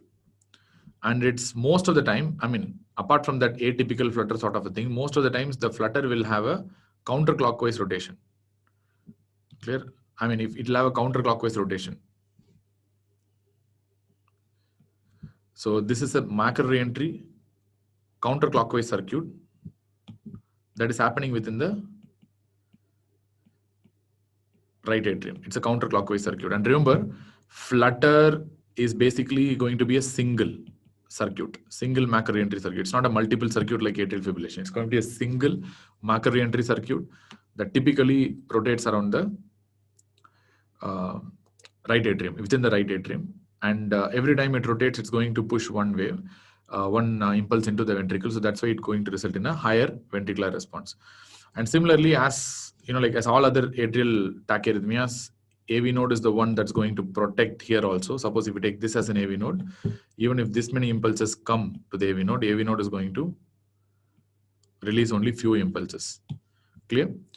So how much impulses it's going to release? It will depend. So for example, AV node can produce a 2:1, 3:1, 4:1, or even a variable block, which means it will not transmit all the impulses. It will transmit only few impulses, like how it did for atrial fibrillation. Same thing is going to do for a flutter also. It's not going to transmit all the impulses. Depending on the rate, it's going to block the impulses in the rate of 2:1 or 3:1 or 4:1, or even they can have a variable block. In one area it is 2:1, another area it is 4:1. In between it will have a 3:1 block. So it can have any kind of a block. So that is because of the activity of the AV node. So thereby the ventricular response will be highly variable like that of atrial fibrillation. But typically ventricular response will be around 150. This is the most common ventricular response. Around 150 will be the usual rate, and 2:1 block is going to be the most common of all. I mean, compared to the usual data, 3:1, 4:1 variable and all, 2:1 is the usual common scenario that we encounter in the setting of a flutter. So what flutter is going to do? So as far as the ECG changes are concerned, you will still get atrial depolation. Here it's a single macro reentry circuit, which means if it's a single macro reentry circuit, the P waves will be produced because it's depolarizing the atrium. Because it's depolarizing the atrium, it's going to still produce a P wave, but that P waves will be inverted because it's a counterclockwise rotation. Because it's rotating counterclockwise, not in a clockwise. Because it's counterclockwise, the P waves will be inverted. These are called as negative P waves, and they typically tend to be regular. We're talking about P waves. I'm not talking about the ventricular response. We're talking about a P wave that is supposed to be regular, and they tend to have something like this. These are negative P waves, and this is a characteristic sawtooth baseline or sawtooth appearance. That's what will happen in the setting of a flutter. Clear? So QRS, remember, it can be narrow or it can be wide depending on the pre-existing bundle branch block. So, and again, the rate is variable. Rate is highly variable depending on the ability of the AV node to block, but most common rate is, I told you, 150. That will be the most common rate, but it depends. It can be narrow or it can be wide depending on the pre-existing bundle branch block is there or not. We cannot really predict here. Similarly, same thing here also. If you talk about the QRS complex, it will be variable. So it can be narrow in AF or it can be wide in AF also. And again, the rate is variable. Same thing, atrial fibrillation. Because how can you predict whether it will be narrow or wide unless until you know is there any pre-existing bundle branch block? It's not possible. So it can be narrow or wide, doesn't matter. But the idea is very simple. Clear? The most important point of all, whatever I told you in flutter is this. This identification of the sawtooth baseline is the most important for diagnosing flutter. Otherwise, you will easily mistake it as a atrial fibrillation if you don't identify that flutter wave. So flutter, you need to find out that sawtooth baseline, and that's going to be the most important and key feature of a atrial flutter. Because it's a single macro entry circuit that is rotating, you'll be able to easily see that sawtooth baseline, which is very characteristic of a flutter. So the P wave rate here will be somewhere around 250 350. If somebody asks you what, see, you told you regular, so what will be the P wave rate? P wave rate will be approximately 250 to 350. This will be the usual P wave rate. That is the reason why usually flutter rate will be around 300. If they produce around 300, there will be usually a 2:1 conduction. So that is the reason why your ventricular response is most commonly 150. So this is the commonest thing. So P wave is there because no suppression of SA node.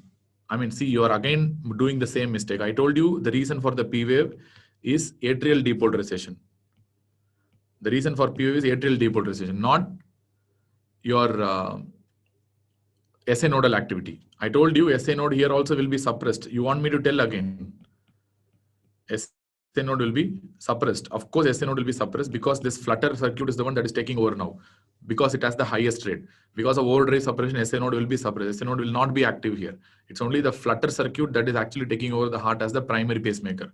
And it's the one that is driving the ventricles also in this particular example. So here you get the P wave because of the atrial depolarization. You do get atrial depolarization here. So that is the reason why you get the P wave. It's not because the SA nodal activity. I told you multiple times. P wave is there, but altered morphology since they are depolarizing via some other pathway. Of course, yes, that's correct. So Ishan is correct. That is the reason why it is having different morphology. It's not coming from the SA node. It's coming from a flutter circuit. That is why this P waves basically, I mean, to avoid confusion like this, they don't really call this as P waves. Instead, they call as F waves. That is flutter waves. Those are capital F waves. Even to be honest, sometimes, I mean, if you are not going to be confused, I'll tell you one more point. Even in atrial fibrillation, I told you, still you get rate of 500, which means there is still depolarization happening in the atrium, isn't it? So, but you are not able to see it, that's all, which means they can produce this kind of wavy pattern in atrial fibrillation. These are actually nothing but the atrial depolarization waves only. But since even before the completion of depolarization, next, like impulse comes, so they will be just fibrillating around the baseline. So these are, to be honest, this should be called as P waves. But if you call it as P waves, they'll be, like mistaken, isn't it? That's why they don't call it as a P waves. They call it as a small F waves. Here, capital F waves are nothing but flutter waves. The small F waves are nothing but fibrillatory waves. So these are nothing but fibrillatory waves. Sometimes these fibrillatory waves can be little big also. Like for example, you can see like this also, fibrillatory waves. So if you see a little big, you should not be confused. I show some ECGs. So because sometimes if you see a bigger fibrillatory waves, many students think that they are actually P waves. No. Sometimes they can be really big. Certain waves can be really big, producing a good depolarization of the atrium. So they can produce some kind of a P wave-like appearance also. But I'll tell you how to find out. So these are not P waves. They are actually fibrillatory waves. The atrium is just fibrillating here. The depolarization is not effective and it's not a useful depolarization anyways. That's what is happening in atrial fibrillation. So this is an atrial flutter. This is an atrial fibrillation. Apart from that, if you ask me the most common cause of atrial fibrillation, it is systemic hypertension. Because the most common pathology that happens because of in atrial fibrillation is left atrial enlargement. Left atrial enlargement significantly increases the risk of development of atrial fibrillation. So that is why the most common reason for developing left atrial enlargement in the world right now is systemic hypertension. Systemic hypertension is the most common reason for development of left atrial enlargement, and because LA is the most common pathology that is associated with atrial fibrillation, systemic hypertension becomes the most common cause of atrial fibrillation as well, because A equal to B equal to C, so A is becoming equal to C. That's all. If I ask you one more question with regards to atrial, I told you LAE. Suppose if the patient is having no left atrial enlargement, still the patient develops AF. So what is that called as? I told you LAE is the usual reason for development of AF, but patient doesn't have LAE, but still develop AF. What is that called as? Correct. Faisal told it rightly. That is lone atrial fibrillation. That's called as lone atrial fibrillation, which means in the textbooks, if you take the definition of lone atrial fibrillation, LONE, lone. In textbooks, if you take the definition of a lone atrial fibrillation, it means patients developing atrial fibrillation without any background structural heart disease. No structural heart disease. Heart is completely normal in echo or any imaging. If you do, still the patient develops an AF. That is what referred to as a lone atrial fibrillation. Clear? And as far as atrial flutter is concerned, if you ask you the most common cause of atrial flutter, I'll tell pulmonary hypertension or some pulmonary disease. Pulmonary disease is the most common reason for development of a atrial flutter. Clear? Whereas systemic hypertension is the most common reason for development of atrial fibrillation, and the most common pathology associated with atrial fibrillation is left atrial enlargement. If you get without left atrial enlargement and any sort of structural heart disease, then you can call that as lone atrial fibrillation. So these are the basic differences between a flutter and a atrial fibrillation. Remember, atrial fibrillation is multiple microentry circuits, whereas flutter is due to a single macroentry circuit that is happening in the right atrium. Clear? So if you understand these mechanisms, then we can move on to the other arrhythmias. Do you understand what I told you? So all these are points that you need to know. Are you understanding? Yes.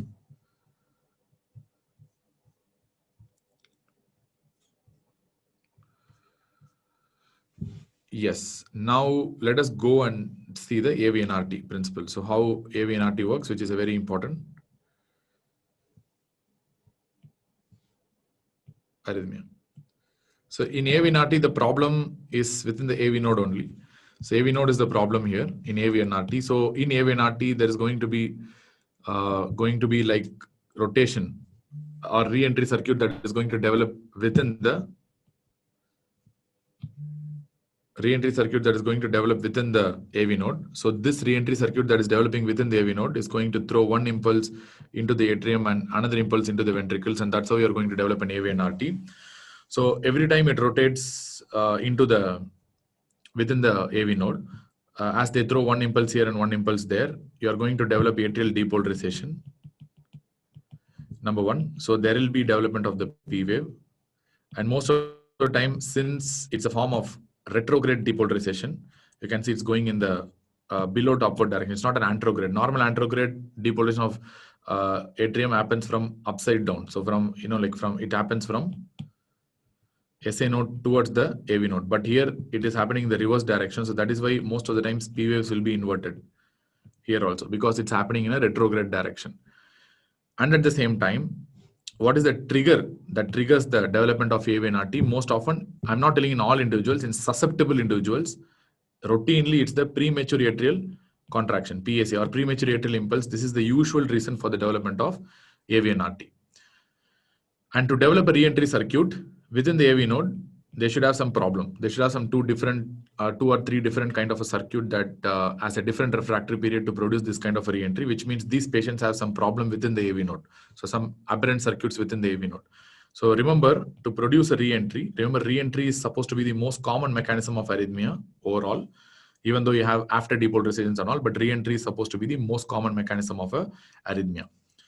So to get a re-entry, you need to have two different circuits in an area with different physiological properties, and they differ by properties in the first place, different physiological properties. At the same time, these two circuits should be having different refractory periods. Different refractory periods, one short, one long, and all this stuff. If you have these kind of circuits, and at the same time, if your PAC fires at a perfect time, then only you will get a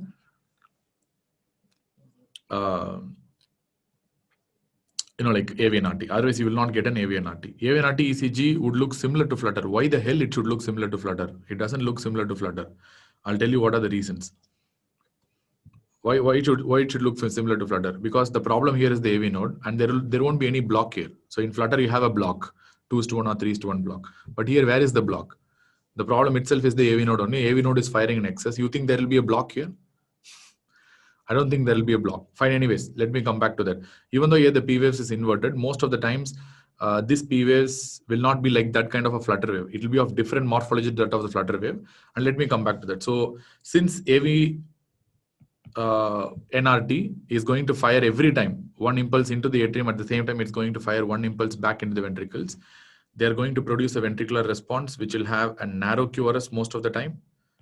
This is the most common situation where you're going to have a narrow QRS because the impulse is going to travel down the normal conducting pathway into the ventricle. So very likely they'll have a narrow QRS, but remember they can have a wide QRS also if there is a pre-existing bundle branch block, or if they develop a new BBB, or if they have a de novo bundle branch block, then they can have a wide QRS also. But very often they tend to have a narrow QRS only, of course. And usually the ventricular response will be in the rate of 140 to 240. So that is the usual rate. But most common rate is around 150. So 150 will be the usual rate of AVNRT. Very commonly, that will be the usual classic rate of AVNRT. That is 150. 150, but even though textbooks will tell you around 140 to 240 will be the rate of AVNRT. And the P wave rate also here is 140 to 240 only. And remember, most of the times the most important idea here is there won't be any block, because the AV node is the one that is producing the problem. So the P wave is equal to QRS, which means for every one P wave you will have one QRS, in the sense because atrium and ventricles are depolarizing almost simultaneously. Most of the time the Q waves will be buried within the P waves will be buried within the QRS complex, because P equal to QRS and P wave and QRS are happening simultaneously, almost simultaneously. Most of the times the P waves will be buried within the QRS complex, which means you might see a QRS complex and the P waves may be buried completely within the QRS complex, or it can come just out of the QRS complex, which means this is a rhythm that can easily distort the QRS complex. Why it distorts the QRS complex? Because of the P wave that is coinciding with the QRS. So sometimes you might have a distorted QRS complex. And this distorted QRS complex is going to give rise to many different picture in the ECG. I'll show you in the ECG. Once the ECG comes in lead 2, they can produce a characteristic pattern called a pseudo-S pattern. So what do you mean by pseudo-S pattern? So if you have a like P wave QRS and T wave like this, if you get a negative Q wave in the lead 2 because of the retrograde depolarization, combination of this ECG will look something like this. So this is a P, QRS and T wave. So which means this area, you get something called a pseudo S pattern. So this appears like an S wave, but it is not an S wave. It is actually a P wave here. That is actually inverted and it's superimposed within the QRS complex. So this is a pseudo S pattern. And apart from that, you have a P wave in V1. Let us take in V1 what happened. In V1, they're going to cause something called a pseudo R dash pattern. So what is that? So in V1, you will have like this kind of a pattern, and normally it should be like this. This is what usually you will see in V1. But what they can do is they can produce kind of a P wave that just comes and sees outside. Most of the time it's superimposed within the QRS. So resulting, you will get something like this. You will get something like this. So this area, if you see, this is what we refer to as a pseudo R dash pattern.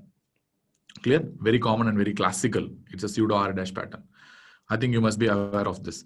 So this pseudo S pattern, pseudo R dash pattern are very classical of AVNRT. So these are the things you're going to look for. So remember, most of the times, even though I told you, you have to look for the P waves. I mean, you have to see the pseudo R, pseudo S, pseudo R and all. But really, for diagnostic purpose, you don't really need all these things. Most of the times, you will have invisible P waves. You will not have any visible P. Most of the times, it will be invisible P in the sense at the usual location. My God. one important fatal error I have done, that is drawing the P wave here. Somebody should have told. Okay, fatal error is I have drawn the P wave here. I should not have drawn the P wave here. I'll draw again. Sorry for that. It's a fatal mistake. I should not have drawn the P wave. Somebody should have mentioned. Okay. Okay, so what I'm trying to tell is here in lead 2, you have P wave and you have QRS and the T wave, and the P waves that are coming within the QRS, they are trying to actually form a pattern like this. So this area is what we are talking about, a pseudo S pattern. So that is actually nothing, not an S wave, that is actually the P wave. Then in V1, you have something called a pseudo R dash pattern. So what is that pseudo R pattern? As I told you before, you have a QRS complex in V1, will be something like this. So here there might be a superimposed P wave. So you might get something like this. So this is the pseudo R dash pattern here. So this is not actually R dash. Actually, this is equal to the P wave. So the P wave that is coming out is this R dash here. AVNRT is similar to junctional rhythm. No, junctional rhythm is something different compared to that of AVNRT. Remember, junctional rhythm is due to enhanced automaticity. That is not due to re-entry circuit. AVNRT is a classic example of a re-entry circuit. And it's very difficult to differentiate. Can't see behind me. AVNRT is not, is equal to junctional rhythm, but the pathophysiology is different. At the same time, how you understand is also different comparatively compared to that of the AVNRT. So no need to confuse with that. But under normal circumstances, the junctional rhythm will be almost mimicking an AVNRT. As a newcomer, it's very difficult to differentiate. But pathophysiology wise and ECG wise, you can differentiate very easily. So what's happening here? So this is these are the things that are happening in AVNRT. So this must be enough. So which means most of the time in exam, what you need to know is it's an invisible P. Most of the times you'll not be able to see the P at all. In exams, when you are in, life is also like an exam. And the patient is coming with an AVNRT, and you cannot, keep looking at this pseudo R, pseudo S and all. There's no need to see at this. You see whether the P is visible before the QRS or not. Here the P is actually not visible before the QRS complex.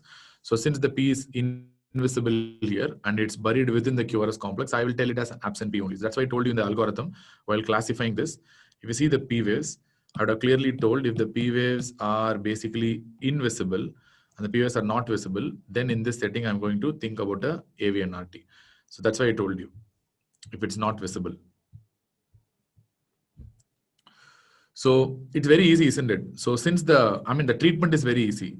If you really wanted to treat this kind of an AVNRT, like the problem is happening in the AV node. We know that the problem is in the AV node only. So if you give an AV nodal blocker, it's quite simple. The arrhythmia is going to be broken down. So this re-entry circuits, you are completely blocking by giving a AV nodal blocker. So that's a very good drug. So whenever you have an AVNRT, if you give an AV nodal blocker, the arrhythmia will completely terminate. So as previously Ishan told, like AVNRT, somebody told like AVNRT is atrial flutter. No, if you give adenosine, AVNRT will terminate. Or if you give any AV nodal blocker, AVNRT will terminate. But you think flutter will terminate? Flutter will not terminate because the problem in flutter is in the right atrium. And if you block an AV node, what additional advantage you are going to get? You will be probably giving a AV nodal blocker will be helpful in slowing down the ventricular response or probably seeing the flutter waves better. For example, if you have a flutter like this, so here you don't know whether it is flutter or not. So I have a QRS, I have a P-like appearance, but I don't know whether it's a flutter or not. So now I'm giving an AV nodal blocker. What will happen is now my ventricular response will reduce.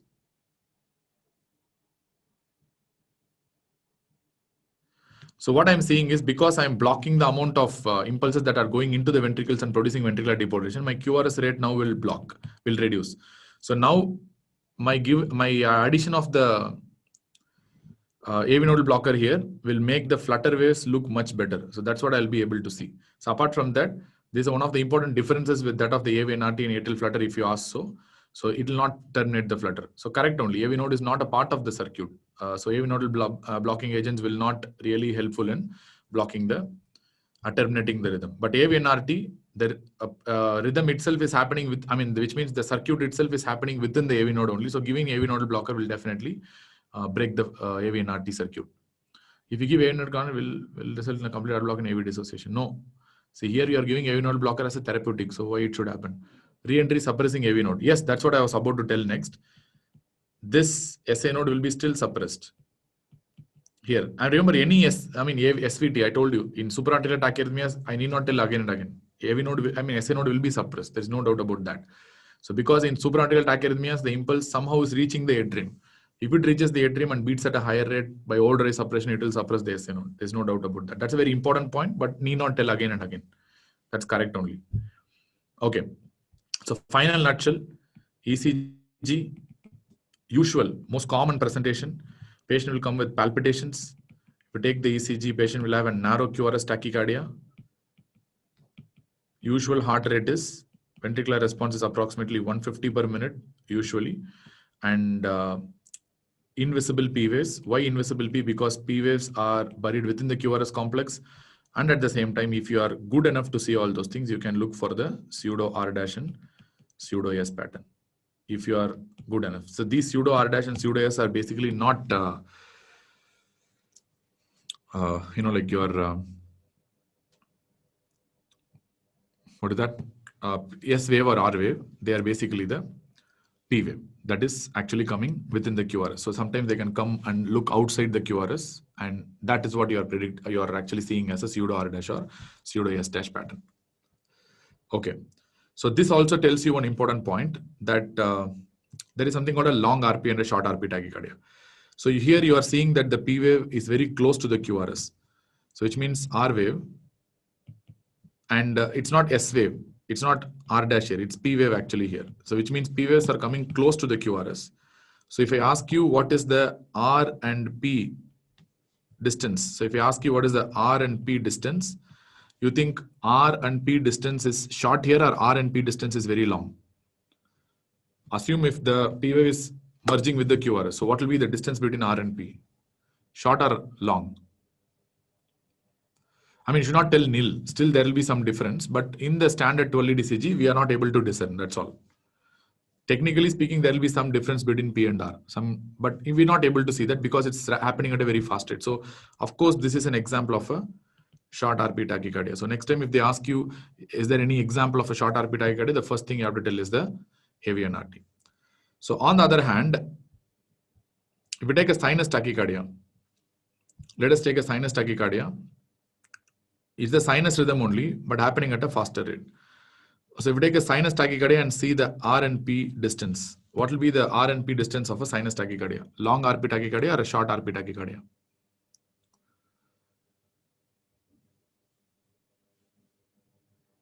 Long RP or short RP? Long or short?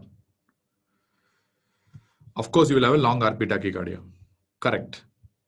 So I can tell these two categories, sinus tachycardia and atrial tachycardia. Atrial tachycardia is nothing different from sinus tachycardia. Remember, in sinus tachycardia, you're going to see something like this. Sinus tachycardia, you will be seeing something like this. For example, atrial tachycardia, you will see something like this. What I have done here, I mean, again, it is wrong, isn't it?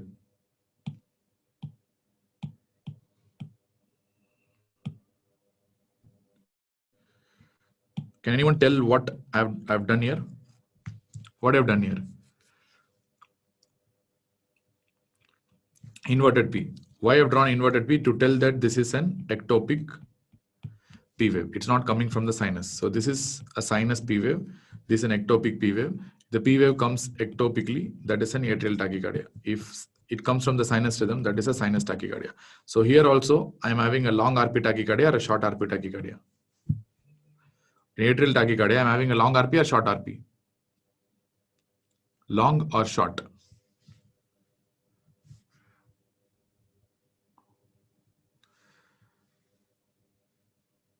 Long or short?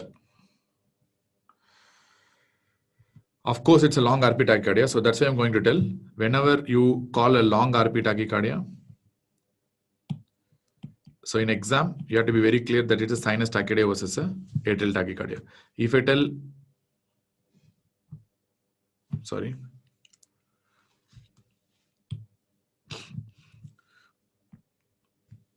Are you able to see? Is there any distortion?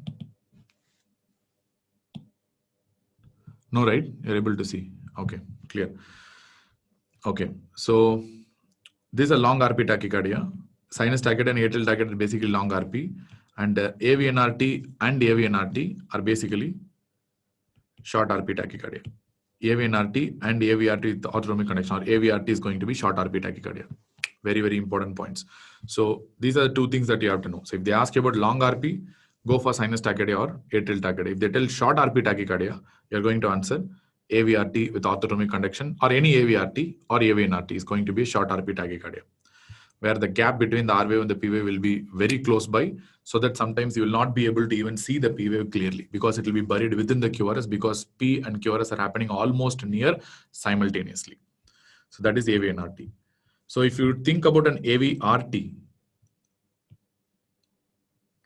so now you will understand better why it forms a very important differential diagnosis for AVNRT. So what happens in a AVRT? So let us take an orthodromic conduction first.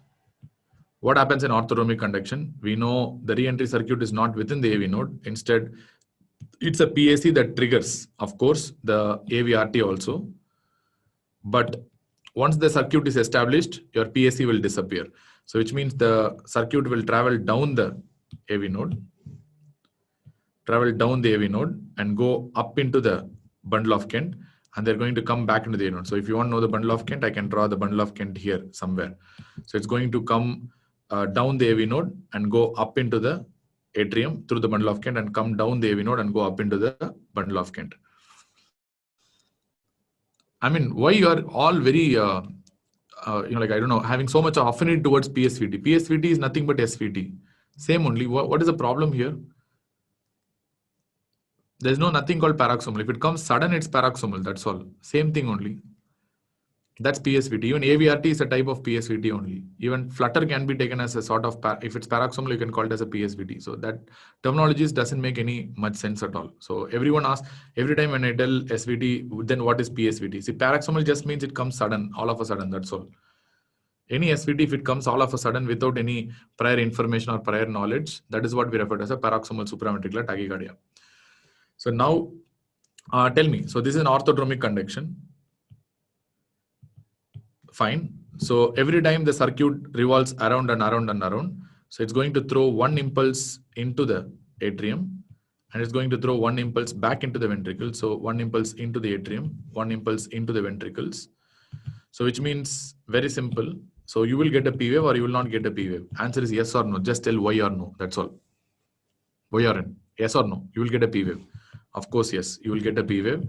Maybe with a different morphology. That's all. But still you get a P wave. SA node suppressed or active? SA node suppressed or active? Of course suppressed. Because the impulse are reaching the atrium, and definitely it will be suppressed without a doubt. And what about the QRS? So I told you P wave is there. And since it's a single circuit, right? Single circuit, so P waves will be equal to QRS, or P wave will not be equal to QRS? P wave equal to QRS, or P wave is not equal to QRS? Every time it goes around, one impulse to atrium, one impulse to ventricle. So P wave must be equal to QRS. So this also tells, since P wave and QRS are happening near simultaneously, sometimes P can be buried within QRS. If P gets buried within QRS, it will be a short RP tachycardia or long RP tachycardia? Short RP or long RP? It will again be a short RP tachycardia only. It will not be a long RP tachycardia, of course, because P will be buried within the QRS, and you will not be able to see the P wave separately. Many times you might have a invisible P waves also. And since it's a single pacemaker, whenever it's a single pacemaker and P wave is equal to QRS, you will get a regular rhythm or irregular rhythm. Is there any difficulty in understanding that only one circuit, and P is equal to QRS, you think it will be regular or irregular? Regular or irregular? Of course it will be regular. AVNRT will be regular. AVRT with autonomic conduction also will be regular. That's all. As simple as that. So these are basically regular rhythms. But remember, this atrial flutter and atrial fibrillation are basically, can be regular. Atrial flutter can be sometimes regular, but it's variable. Fibrillation is almost always irregular. Fine. So this is definitely a regular rhythm without a doubt. So what else? So you're having a P wave suppressed. And now you tell me, is there any difference apart from the pathophysiology, ECG wise, what you will get here? Is there any difference? You will be having a short RP tachycardia, which means you will not be able to see the P wave properly. It will be buried within the QRS. And most of the times it will have a narrow QRS commonly, unless and until you have a pre-existing de novo bundle branch block, you might get a wide QRS. But apart from that, the most common mechanism is normal QRS only. And PAC only triggers this also. And the rate is variable, but still it will somewhere around 150 to 250. That will be the rate. But even though it's highly variable, clear? So somewhere around 200 will be there, 250 it will be there. So rate is again somewhere around 150, 250. It is again variable in rate. Short RP, narrow QRS. So invisible P waves. And what is there not visible? Okay, invisible P waves.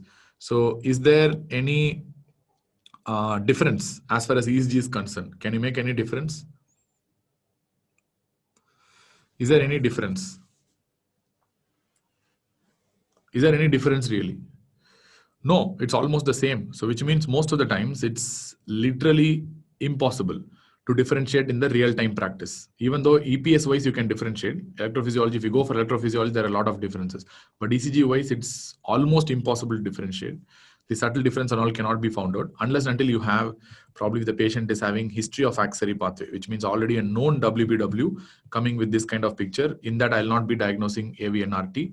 I'll be diagnosing AV RT only. Suppose if the thing happens in a child, remember, any narrow complex tachycardia without a P wave that is regular in nature, more than 95% of the times in children, it will be due to axillary pathway only. So this is a very common rule. If a child is less than 10 to 15 years, any child who's presenting with a narrow complex regular tachycardia, more than 95% of the times that tachycardia will be due to the presence of axillary pathway only. That is an atrioventricular reciprocating tachycardia. That is AVRT only. So that's why these sort of histories, if you get in the exam, and if you see a similar picture to that of AV and RT, don't diagnose AV and RT there. So here in this setting, with history itself, I diagnose that this must be a AVRT. That is atrioventricular reciprocating or atrioventricular reentrant tachycardia. I think this must solve your doubts, and it's almost similar, except for the pathophysiology. It's almost similar to that of an AV and RT. It's very difficult to differentiate. As I told you in the morning, here in orthodromic conduction, the impulse preferentially moves down the AV node. Even if the PSC stimulates both the axillary pathway as well as the AV node, still the impulse prefers to come down the AV node and go up into the axillary pathway, which means the axillary pathway, you can assume that it is reluctant to come through reluctant to produce anterograde conduction. So that's why we are actually using AV nodal blocker. So in doubt, for both these things, the treatment of choice will be AV nodal blockade. So both can be effectively treated with AV nodal blockade because of one is practical difficulty. You'll not be able to differentiate.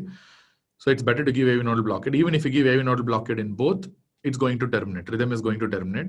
So logically speaking, in orthodromic conduction, still the rhythm tries to come down the AV node, which means it prefers anterograde conduction through the AV node.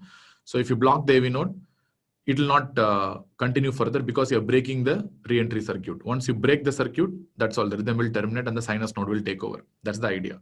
So that's why for both, treatment is going to be AV nodal blockers only. So there is no confusion. So even if you diagnose AV and RT as AVRT or AVRT with AV and RT, your treatment is going to be the same and it's not going to change anyways. So this is the pathophysiology of AVRT with orthodromic conduction. But AVRT with antidromic conduction is almost going to be the same, except for the fact that will be a wide complex tachycardia. That's all. Everything will be the same. Everything will be same. ECG will have short RP tachycardia only. ECG will have a rate of approximately 150 to 250. Once again, it's going to be variable only. But only exception is it will be surely wide complex tachycardia because here it is antidromic conduction. If it's an antidromic conduction, it's going to be a wide complex QRS only, which you have discussed multiple times in the morning itself, because in antidromic conduction, the conduction happens down the axillary pathway into the ventricles and then it comes back into the AV node. So definitely it will be a wide complex because there is myocyte to myocyte conduction and a slower delay. Yes, AVRT with antidromic conduction is a differential diagnosis for ventricular tachycardia. Yes, DD is VT. That's why I told you there are some conditions called SVT with aberrancy. So what do you mean by SVT with aberrancy? What is the name SVT with aberrancy means? If you have any SVT with bundle branch block, number one, or if the patient is having an SVT that is happening in the presence of an accessory pathway. So this is what we define as a SVT with aberrancy. Clear? So that is the reason why this forms a very important differential diagnosis for ventricular tachycardia, especially monomorphic ventricular tachycardia. Logically speaking, to be a differential diagnosis for monomorphic tachycardia, you really need to have certain rules. For example, this SVT that is happening must be regular and should have an invisible P wave. Invisible P wave. So then only it becomes a differential diagnosis for a monomorphic ventricular tachycardia. If it has a very visible P wave, or if it has a, what is that, P wave before the QRS complex, or if it has like irregular rhythm, then it cannot be a differential diagnosis for monomorphic tachycardia, of course. So what are the SVTs? You know, that is regular in rhythm and is having an invisible P wave. Of course, I'm going to talk about an AVNRT, or if I'm having an AVRT with orthodromic conduction plus having a bundle branch block. So either it could be an AVNRT with bundle branch block or AVRT with orthodromic conduction that is equivalent to AVNRT in ECG settings, and they have a bundle branch block, means they're also going to produce a similar morphology only. Suppose SVT with accessory pathway that can mimic a VT, sensibly speaking, AVRT with antidromic conduction can mimic a ventricular tachycardia. So that's all. So these are the three most important differential diagnoses that you have to keep in mind whenever you're talking about a ventricular tachycardia. So that is why, I mean, it's not fair enough to talk about all these things, because all these three things have a common pathophysiology, except for the circuit wise. Apart from that, ECG wise, everything will share a common problem. So that is the reason why they are grouped under a similar condition called as SVT with aberrancy, common name. So that's why in exam they ask you VT is important differential diagnosis, SVT with aberrancy. Either you have a SVT with the bundle branch block, that is AVNRT with the bundle branch block, or an AVRT with orthodromic conduction with the bundle branch block, or probably you can have an AVRT with antidromic conduction. All these three things will have almost similar kind of a picture. Short RP tachycardia, and you will not be able to see the P waves properly. All these three are regular in rhythm. They will not have an irregular rhythm. So that is why they form a very important DD for ventricular tachycardia, monomorphic VT. So what are the three differential diagnoses? If you really want to tell DD for VT, AVNRT with bundle branch block, or AVRT with orthodromic conduction with bundle branch block, or third is AVRT with antidromic conduction. So these three entities are going to be the DD for monomorphic ventricular tachycardia. And all these three, which I have told you, can be grouped under a single entity called SVT with aberrancy. So that's all. Do you understand what do you mean by SVT with aberrancy? So you should not ask again, what do you mean by SVT with aberrancy? Clear? Understood or not? Yes, right? Cool. That's all. So it's now we have discussed so many stuff, isn't it? So many details we have discussed. What do you mean by short RP? What do you mean by long RP? Orthodromic conduction, I mean antidromic conduction, SVT with aberrancy. So many new terms you would have encountered. The AV blocker is given, SA node impulse also taken by the, I can understand Abhirami. I can understand, fine. Anyways, so what you're asking. Anyway, we have discussed about the AVRT also. So we discussed about AVNRT and AVRT. Now we are moving on to most important entity, that is ventricular tachycardia. What happens in the setting of a ventricular tachycardia? And this is really, really, really important. And it's going to take our life of ventricular tachycardia. I mean, my atrium is so big.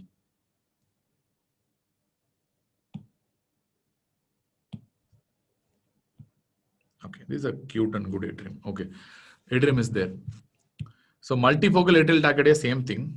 Remember, I mean, first of all, we didn't discuss about atrial tachycardia, isn't it? I'll tell you in one sentence what is the difference between atrial versus a multifocal atrial tachycardia. So what is ectopic atrial tachycardia? In ectopic atrial tachycardia, you have an ectopic. So for example, if you have a sinus node here and that is not functioning. Now, for example, let us assume an ectopic atrial pacemaker. And this is actually giving the impulse now. This is giving the impulse now. Because this is giving the impulse, the SA node will be naturally suppressed. There is no doubt about that because of overdrive suppression. And this is taking over the heart as a natural pacemaker. So this, if it's a single pacemaker, if it's only one pacemaker, then of course, before every QRS complex, you will have definitely a P wave, but that will have a different morphology. You'll have a different morphology of the P wave, but still it should be equivalent to the sinus tachycardia only. Unless until the rates are extremely heavy. Rates are 200, 300 plus, then you might get a block because AV node doesn't transmit that much impulses. But apart from that, if it's giving at a rate of 120, 130, it should be almost similar to that of sinus tachycardia. But only fact is, sinus tachycardia will have the tachycardia origin from the sinus node. But here the tachycardia origin is from an ectopic pacemaker. That's also, this is an atrial tachycardia. It's almost similar to sinus tachycardia, but having a higher rate. I mean, not a higher rate, but having a different morphology of the P wave. That's all. But if you talk about a multifocal atrial tachycardia, the situation is a little different. In multifocal atrial tachycardia,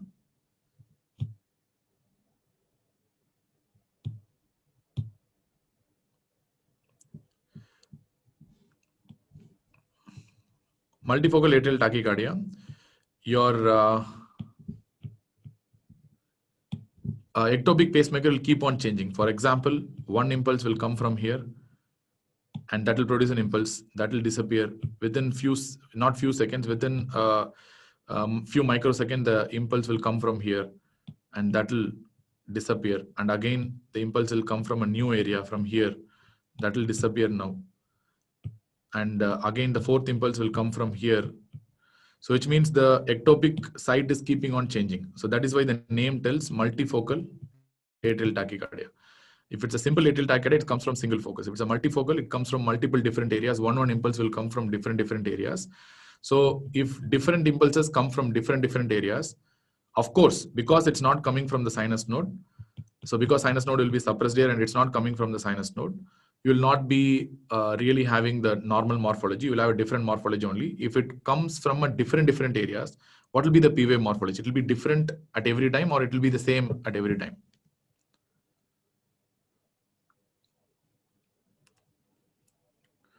Because it's coming from different areas. So if it's coming from different areas, you'll have different P wave morphology. That's why at least more than 3 P wave morphologies is one of the characteristic differential criteria for multifocal atrial tachycardia. That's the most important point there, because it's coming from different areas within the atrium. So it will have different P wave morphologies. And whether it's a narrow complex or wide complex, I mean, we can't really predict that because it depends on the underlying bundle branch block. Most of the time it will be narrow complex only. If there is an underlying bundle branch block, it will become a wide complex. But more importantly, it will be irregular in rhythm. Most of the times it will be irregular in rhythm because it's haphazard. I told you single focus, mostly it will be regular. Multiple focus, unlikely to be regular. That's the most important thing, because we don't know when the next focus will start. They are firing haphazardly from different areas. So they tend to be irregular. Same thing like that of atrial fibrillation. Clear? Simple. So single focus, most likely to be regular. Multiple focus, most likely to be irregular. So if you take a ventricular tachycardia, the ventricular tachycardia understanding is very simple. Most of the times you will have an ectopic beat. Sometimes AF and MAT are very difficult to differentiate. Why AF and MAT are very difficult to differentiate? Alagappan is asking AF and MAT. In MAT, you will be clearly able to see the P wave before the QRS. And some P wave you can see somewhere else also, but you can clearly see the P waves. How is it difficult to differentiate? I'll show you the MAT in some time, then you will understand. So it's very easy to differentiate. So you have, what is that? Timing of next break, 6:30, 6:45. Okay. Then you have ventricular tachycardia. So what is the idea behind this ventricular tachycardia? Quite simple. In a VT, I mean, it's going to be a little long for VT only because VT is really important. So there's going to be some ectopic focus. Now we are talking about a monomorphic VT. In monomorphic VT, there is a single ectopic focus. There is not multiple ectopic focus, only one ectopic focus, and that is firing rapidly. And that is actually depolarizing the ventricles. That is what is happening here. So that focus is actually depolarizing the ventricles. You know very well, you know how to localize that ectopic focus, whether it's a right ventricle or left ventricle, depending on what type of bundle Lorentz block pattern that is going to show. RBB means it's coming from left ventricle, LB means it's coming from the right ventricle. But nevertheless, it's an ectopic focus that is firing haphazardly. And most of the times, the AV node will not produce any retrograde conduction. For a beginner level, understand AV node will not have retrograde conduction, even though there is some ventriculoatrial conduction which can happen at certain times, that is a completely different entity. I'm not going to really talk about that right now, but let us assume for now there is no AV nodal retrograde conduction, which means whatever that happens in the ventricles is going to happen within the ventricles, and your SA node, unless and until this impulse go to the SA node, they have nothing to do with the chaos that is happening in the ventricle, and they are going to produce impulses normally in the atrium. Suppose in the atrium you produce impulses normally, you will get a P wave because atrium is getting depolarized, and you are of course going to get a P wave. Okay, fine, that's okay. And this P wave is actually due to the sinus nodal depolarization. It's coming from the sinus node. So which means I can write that this atrial depolarization is due to SA node, which means atrium is under the control of SA nodal activity. But here if you see, this ventricular depolarization is basically under the control of ectopic pacemaker activity. This ectopic pacemaker is the one that is controlling the ventricular firing. So what I'm trying to tell is, now you have two different chambers, that is atrium and ventricles, are beating under the influence of two different pacemakers. So what is this called as?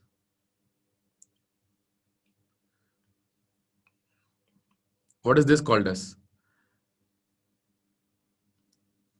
Atrium beating under the influence of a different pacemaker, and ventricles beating under the influence of a different pacemaker, and this is what we refer to as something called a AV dissociation.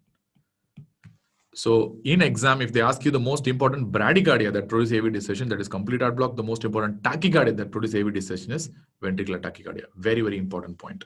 If you ask, none of the supraventricular tachycardias we have discussed till now are able to produce AV dissociation. So clear. If you have a AV and RT, how much ever you zoom and see, it's only the single circuit, and both atrium and the ventricles are bound by the single circuit. Fine. There are not two different pacemakers here. And if you take AV RT, if what you are seeing here is the re-entry circuit is only one circuit, and that is connecting atrium and the ventricles together. Whenever atrium contracts, ventricle is also contracting. So that is again not a type of a AV dissociation. So which means whatever SVTs we have seen till now, none of the SVTs are basically having AV dissociation, unless until you get a complete heart block. That is different. So that's a conditional there. But anyway, as a beginner's understanding, you have to think that no SVTs right now are having AV dissociation. Alex is asking, axillary pathway can transmit the VT impulse to go to the atria. Absolutely possible. These are all very rare possibilities. If VT happens, then axillary pathway can, well, if it's having a retrograde conduction, then it can transmit the impulse to the atrium. But that doesn't really matter because VT is a different diagnosis. Why I'm telling you is, one important feature of VT that differentiates from all the other SVTs is the fact that the patient is having AV dissociation, because this is never a feature of SVT. That's the most important point, because AV dissociation is an exclusive feature of a VT. Remember, as I told you, there are some VTs which may not have AV dissociation. I'm not telling AV dissociation is a must in ventricular tachycardia. As you told you, there are some conditions where if there is a VT and there is an axillary pathway, it can travel up into the atrium, or sometimes the AV node itself can like push the impulses into the atrium through a retrograde conduction. All these are fine. All right. I'm not telling no. But if there is an AV dissociation, the only diagnosis is ventricular tachycardia, because supraventricular tachycardias are not able to produce AV dissociation. And if you prove that the patient is having AV dissociation, only one possibility, that is you have ventricular tachycardia. That is the most important idea here. So that's why the first, any criteria you see, Brugada criteria, Josephson criteria, whatever criteria you see, the first point they will give is there any evidence of AV dissociation? If there is AV dissociation, it is equal to VT unless proved otherwise. No SVT can produce AV dissociation like this. How to prove? You look for the sprinkled P waves. Riju is asking how to prove that. You look for the P waves that come haphazardly. I told you no already. So look for the P waves that come in between the QRS complexes. Somewhere you have to look at the P waves that are coming, not often, very regularly, but they're coming somewhere in over the T wave or over the QRS somewhere. If you prove that P wave, then that's fine. That's clear. That's AV dissociation. That's we discussed already. We'll be discussing also in the VT. So this is first point is AV dissociation. It's going to have an AV dissociation. Okay. And most of the times it's very difficult to see the P wave because even if there is a P wave, the QRS complex will be wide and so rapid. You will be seeing only the QRS complex, which means the P waves can come in between the QRS, and most of the time it will be hidden and they will be buried within the QRS complexes. So it's very difficult to see the P waves. But if you prove that there are some P waves that are hidden, and if you are able to prove that, then that is equal to a ventricular tachycardia only. Very, very simple. But remember, one of the important differential diagnosis for VT is SVT with aberrancy. Why? Because monomorphic ventricular tachycardia is regular. It's going to be wide complex tachycardia. And at the same time, most of the time it will have a hidden P waves, if any. Plus or minus, they can have a hidden P waves. So because you're not able to see the P waves, it's a wide complex, regular tachycardia. It's very, very difficult to differentiate from a SVT with aberrancy. And remember my words very carefully.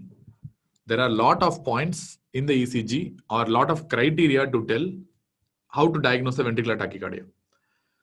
But there are no criteria in the world, I mean, except few, 1 or 2 points are there. But really speaking, in emergency scenarios, there is not even a single criteria that can sufficiently rule out a VT in the setting of a wide complex tachycardia, but that is regular without any visible P waves. So if you encounter that situation, be very clear. You can confirm a VT, but you can't rule out a VT at any cost. Unless and until you have some extraordinary evidence that it's a, I mean, if the patient brings and attenders show that previously the patient is having a bundle branch block in the ECG. And now if you see a, like wide complex tachycardia, then probably you can think that is a SVT with aberrancy. Unless and until you have a concrete evidence, previous ECG, or probably a young child. Usually I told you, child with a wide complex tachycardia, I usually take it as a AVRT with antidromic conduction unless proved otherwise. Because child, that word comes, generally it is a AVRT only. So unless until the evidence says it's a child or very clear cut, you have an ECG evidence that previously the patient had that bundle branch block. Now also the patient is having bundle branch block. So that again should tell you that this patient is supposed to have a SVT with aberrancy. Apart from that, you cannot diagnose SVT with aberrancy, but you can diagnose a VT. That's why I told you VT can be diagnosed, but cannot be ruled out. SVT with aberrancy can be ruled out, but cannot be diagnosed. Very, very important, unless and until you have some concrete evidence. I don't know how many of you really understand this, but this is really, really important to know. Okay. So now let me tell some more things. Suppose you might ask me, sir, patient is having a left bundle branch block pattern, which is happening in the previous ECG. Patient is having a bundle branch block in the previous ECG. Now they are coming with probably a wide complex tachycardia. Wide complex tachycardia. I'm ruling out a VT. Am I correct or incorrect? Correct or incorrect? Is it correct or incorrect? Is it right or wrong?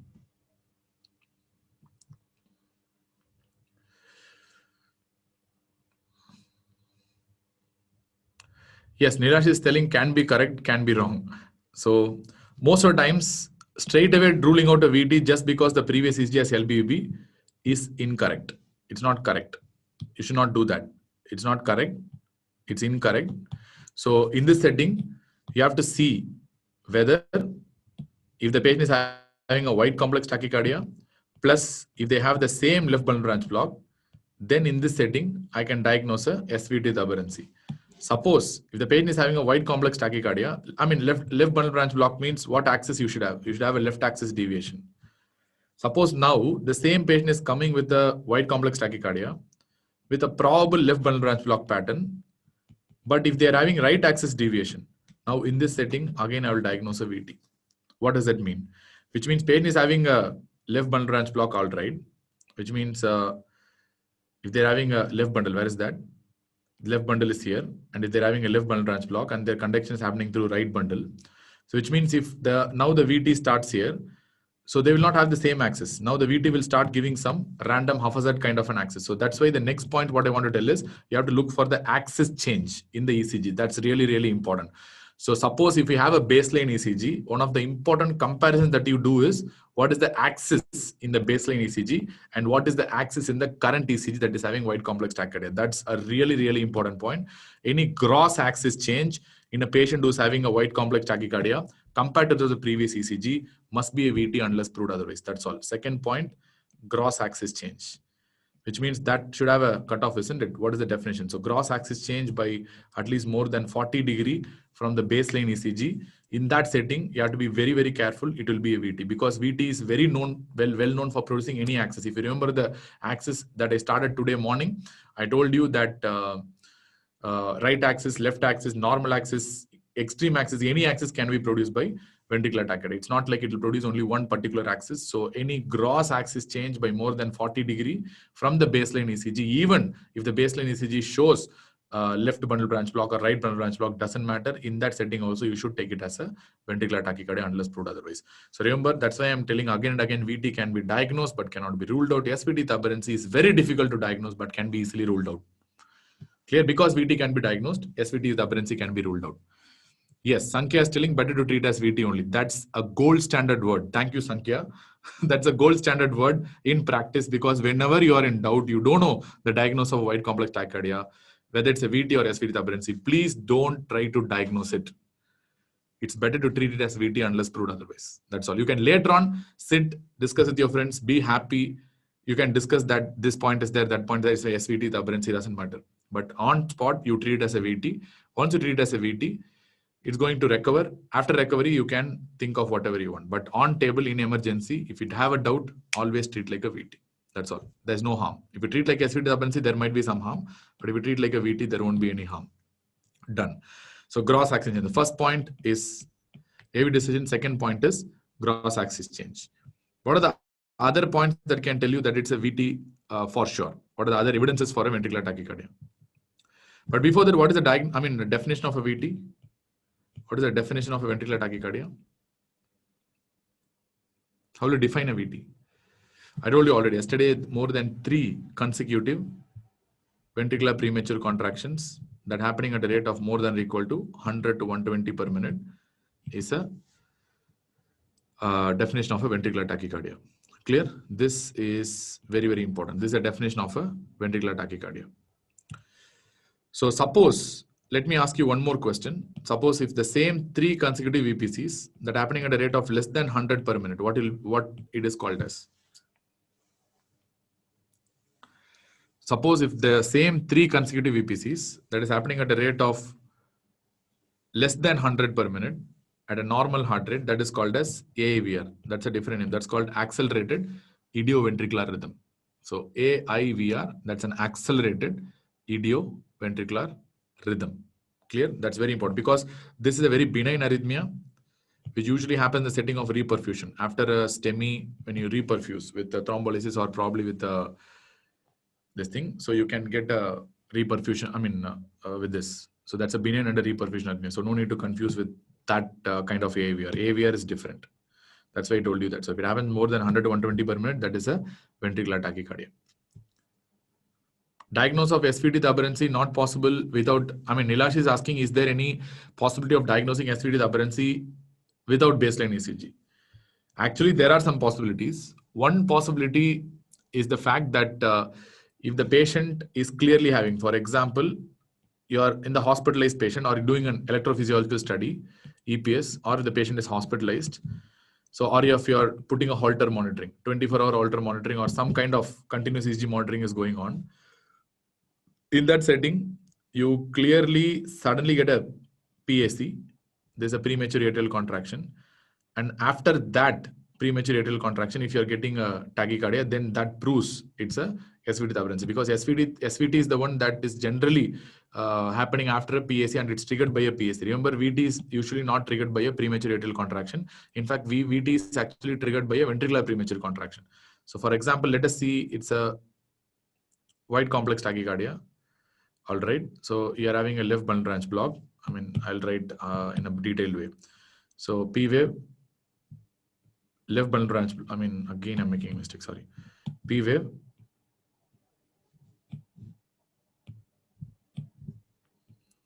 You're having a left bundle branch block.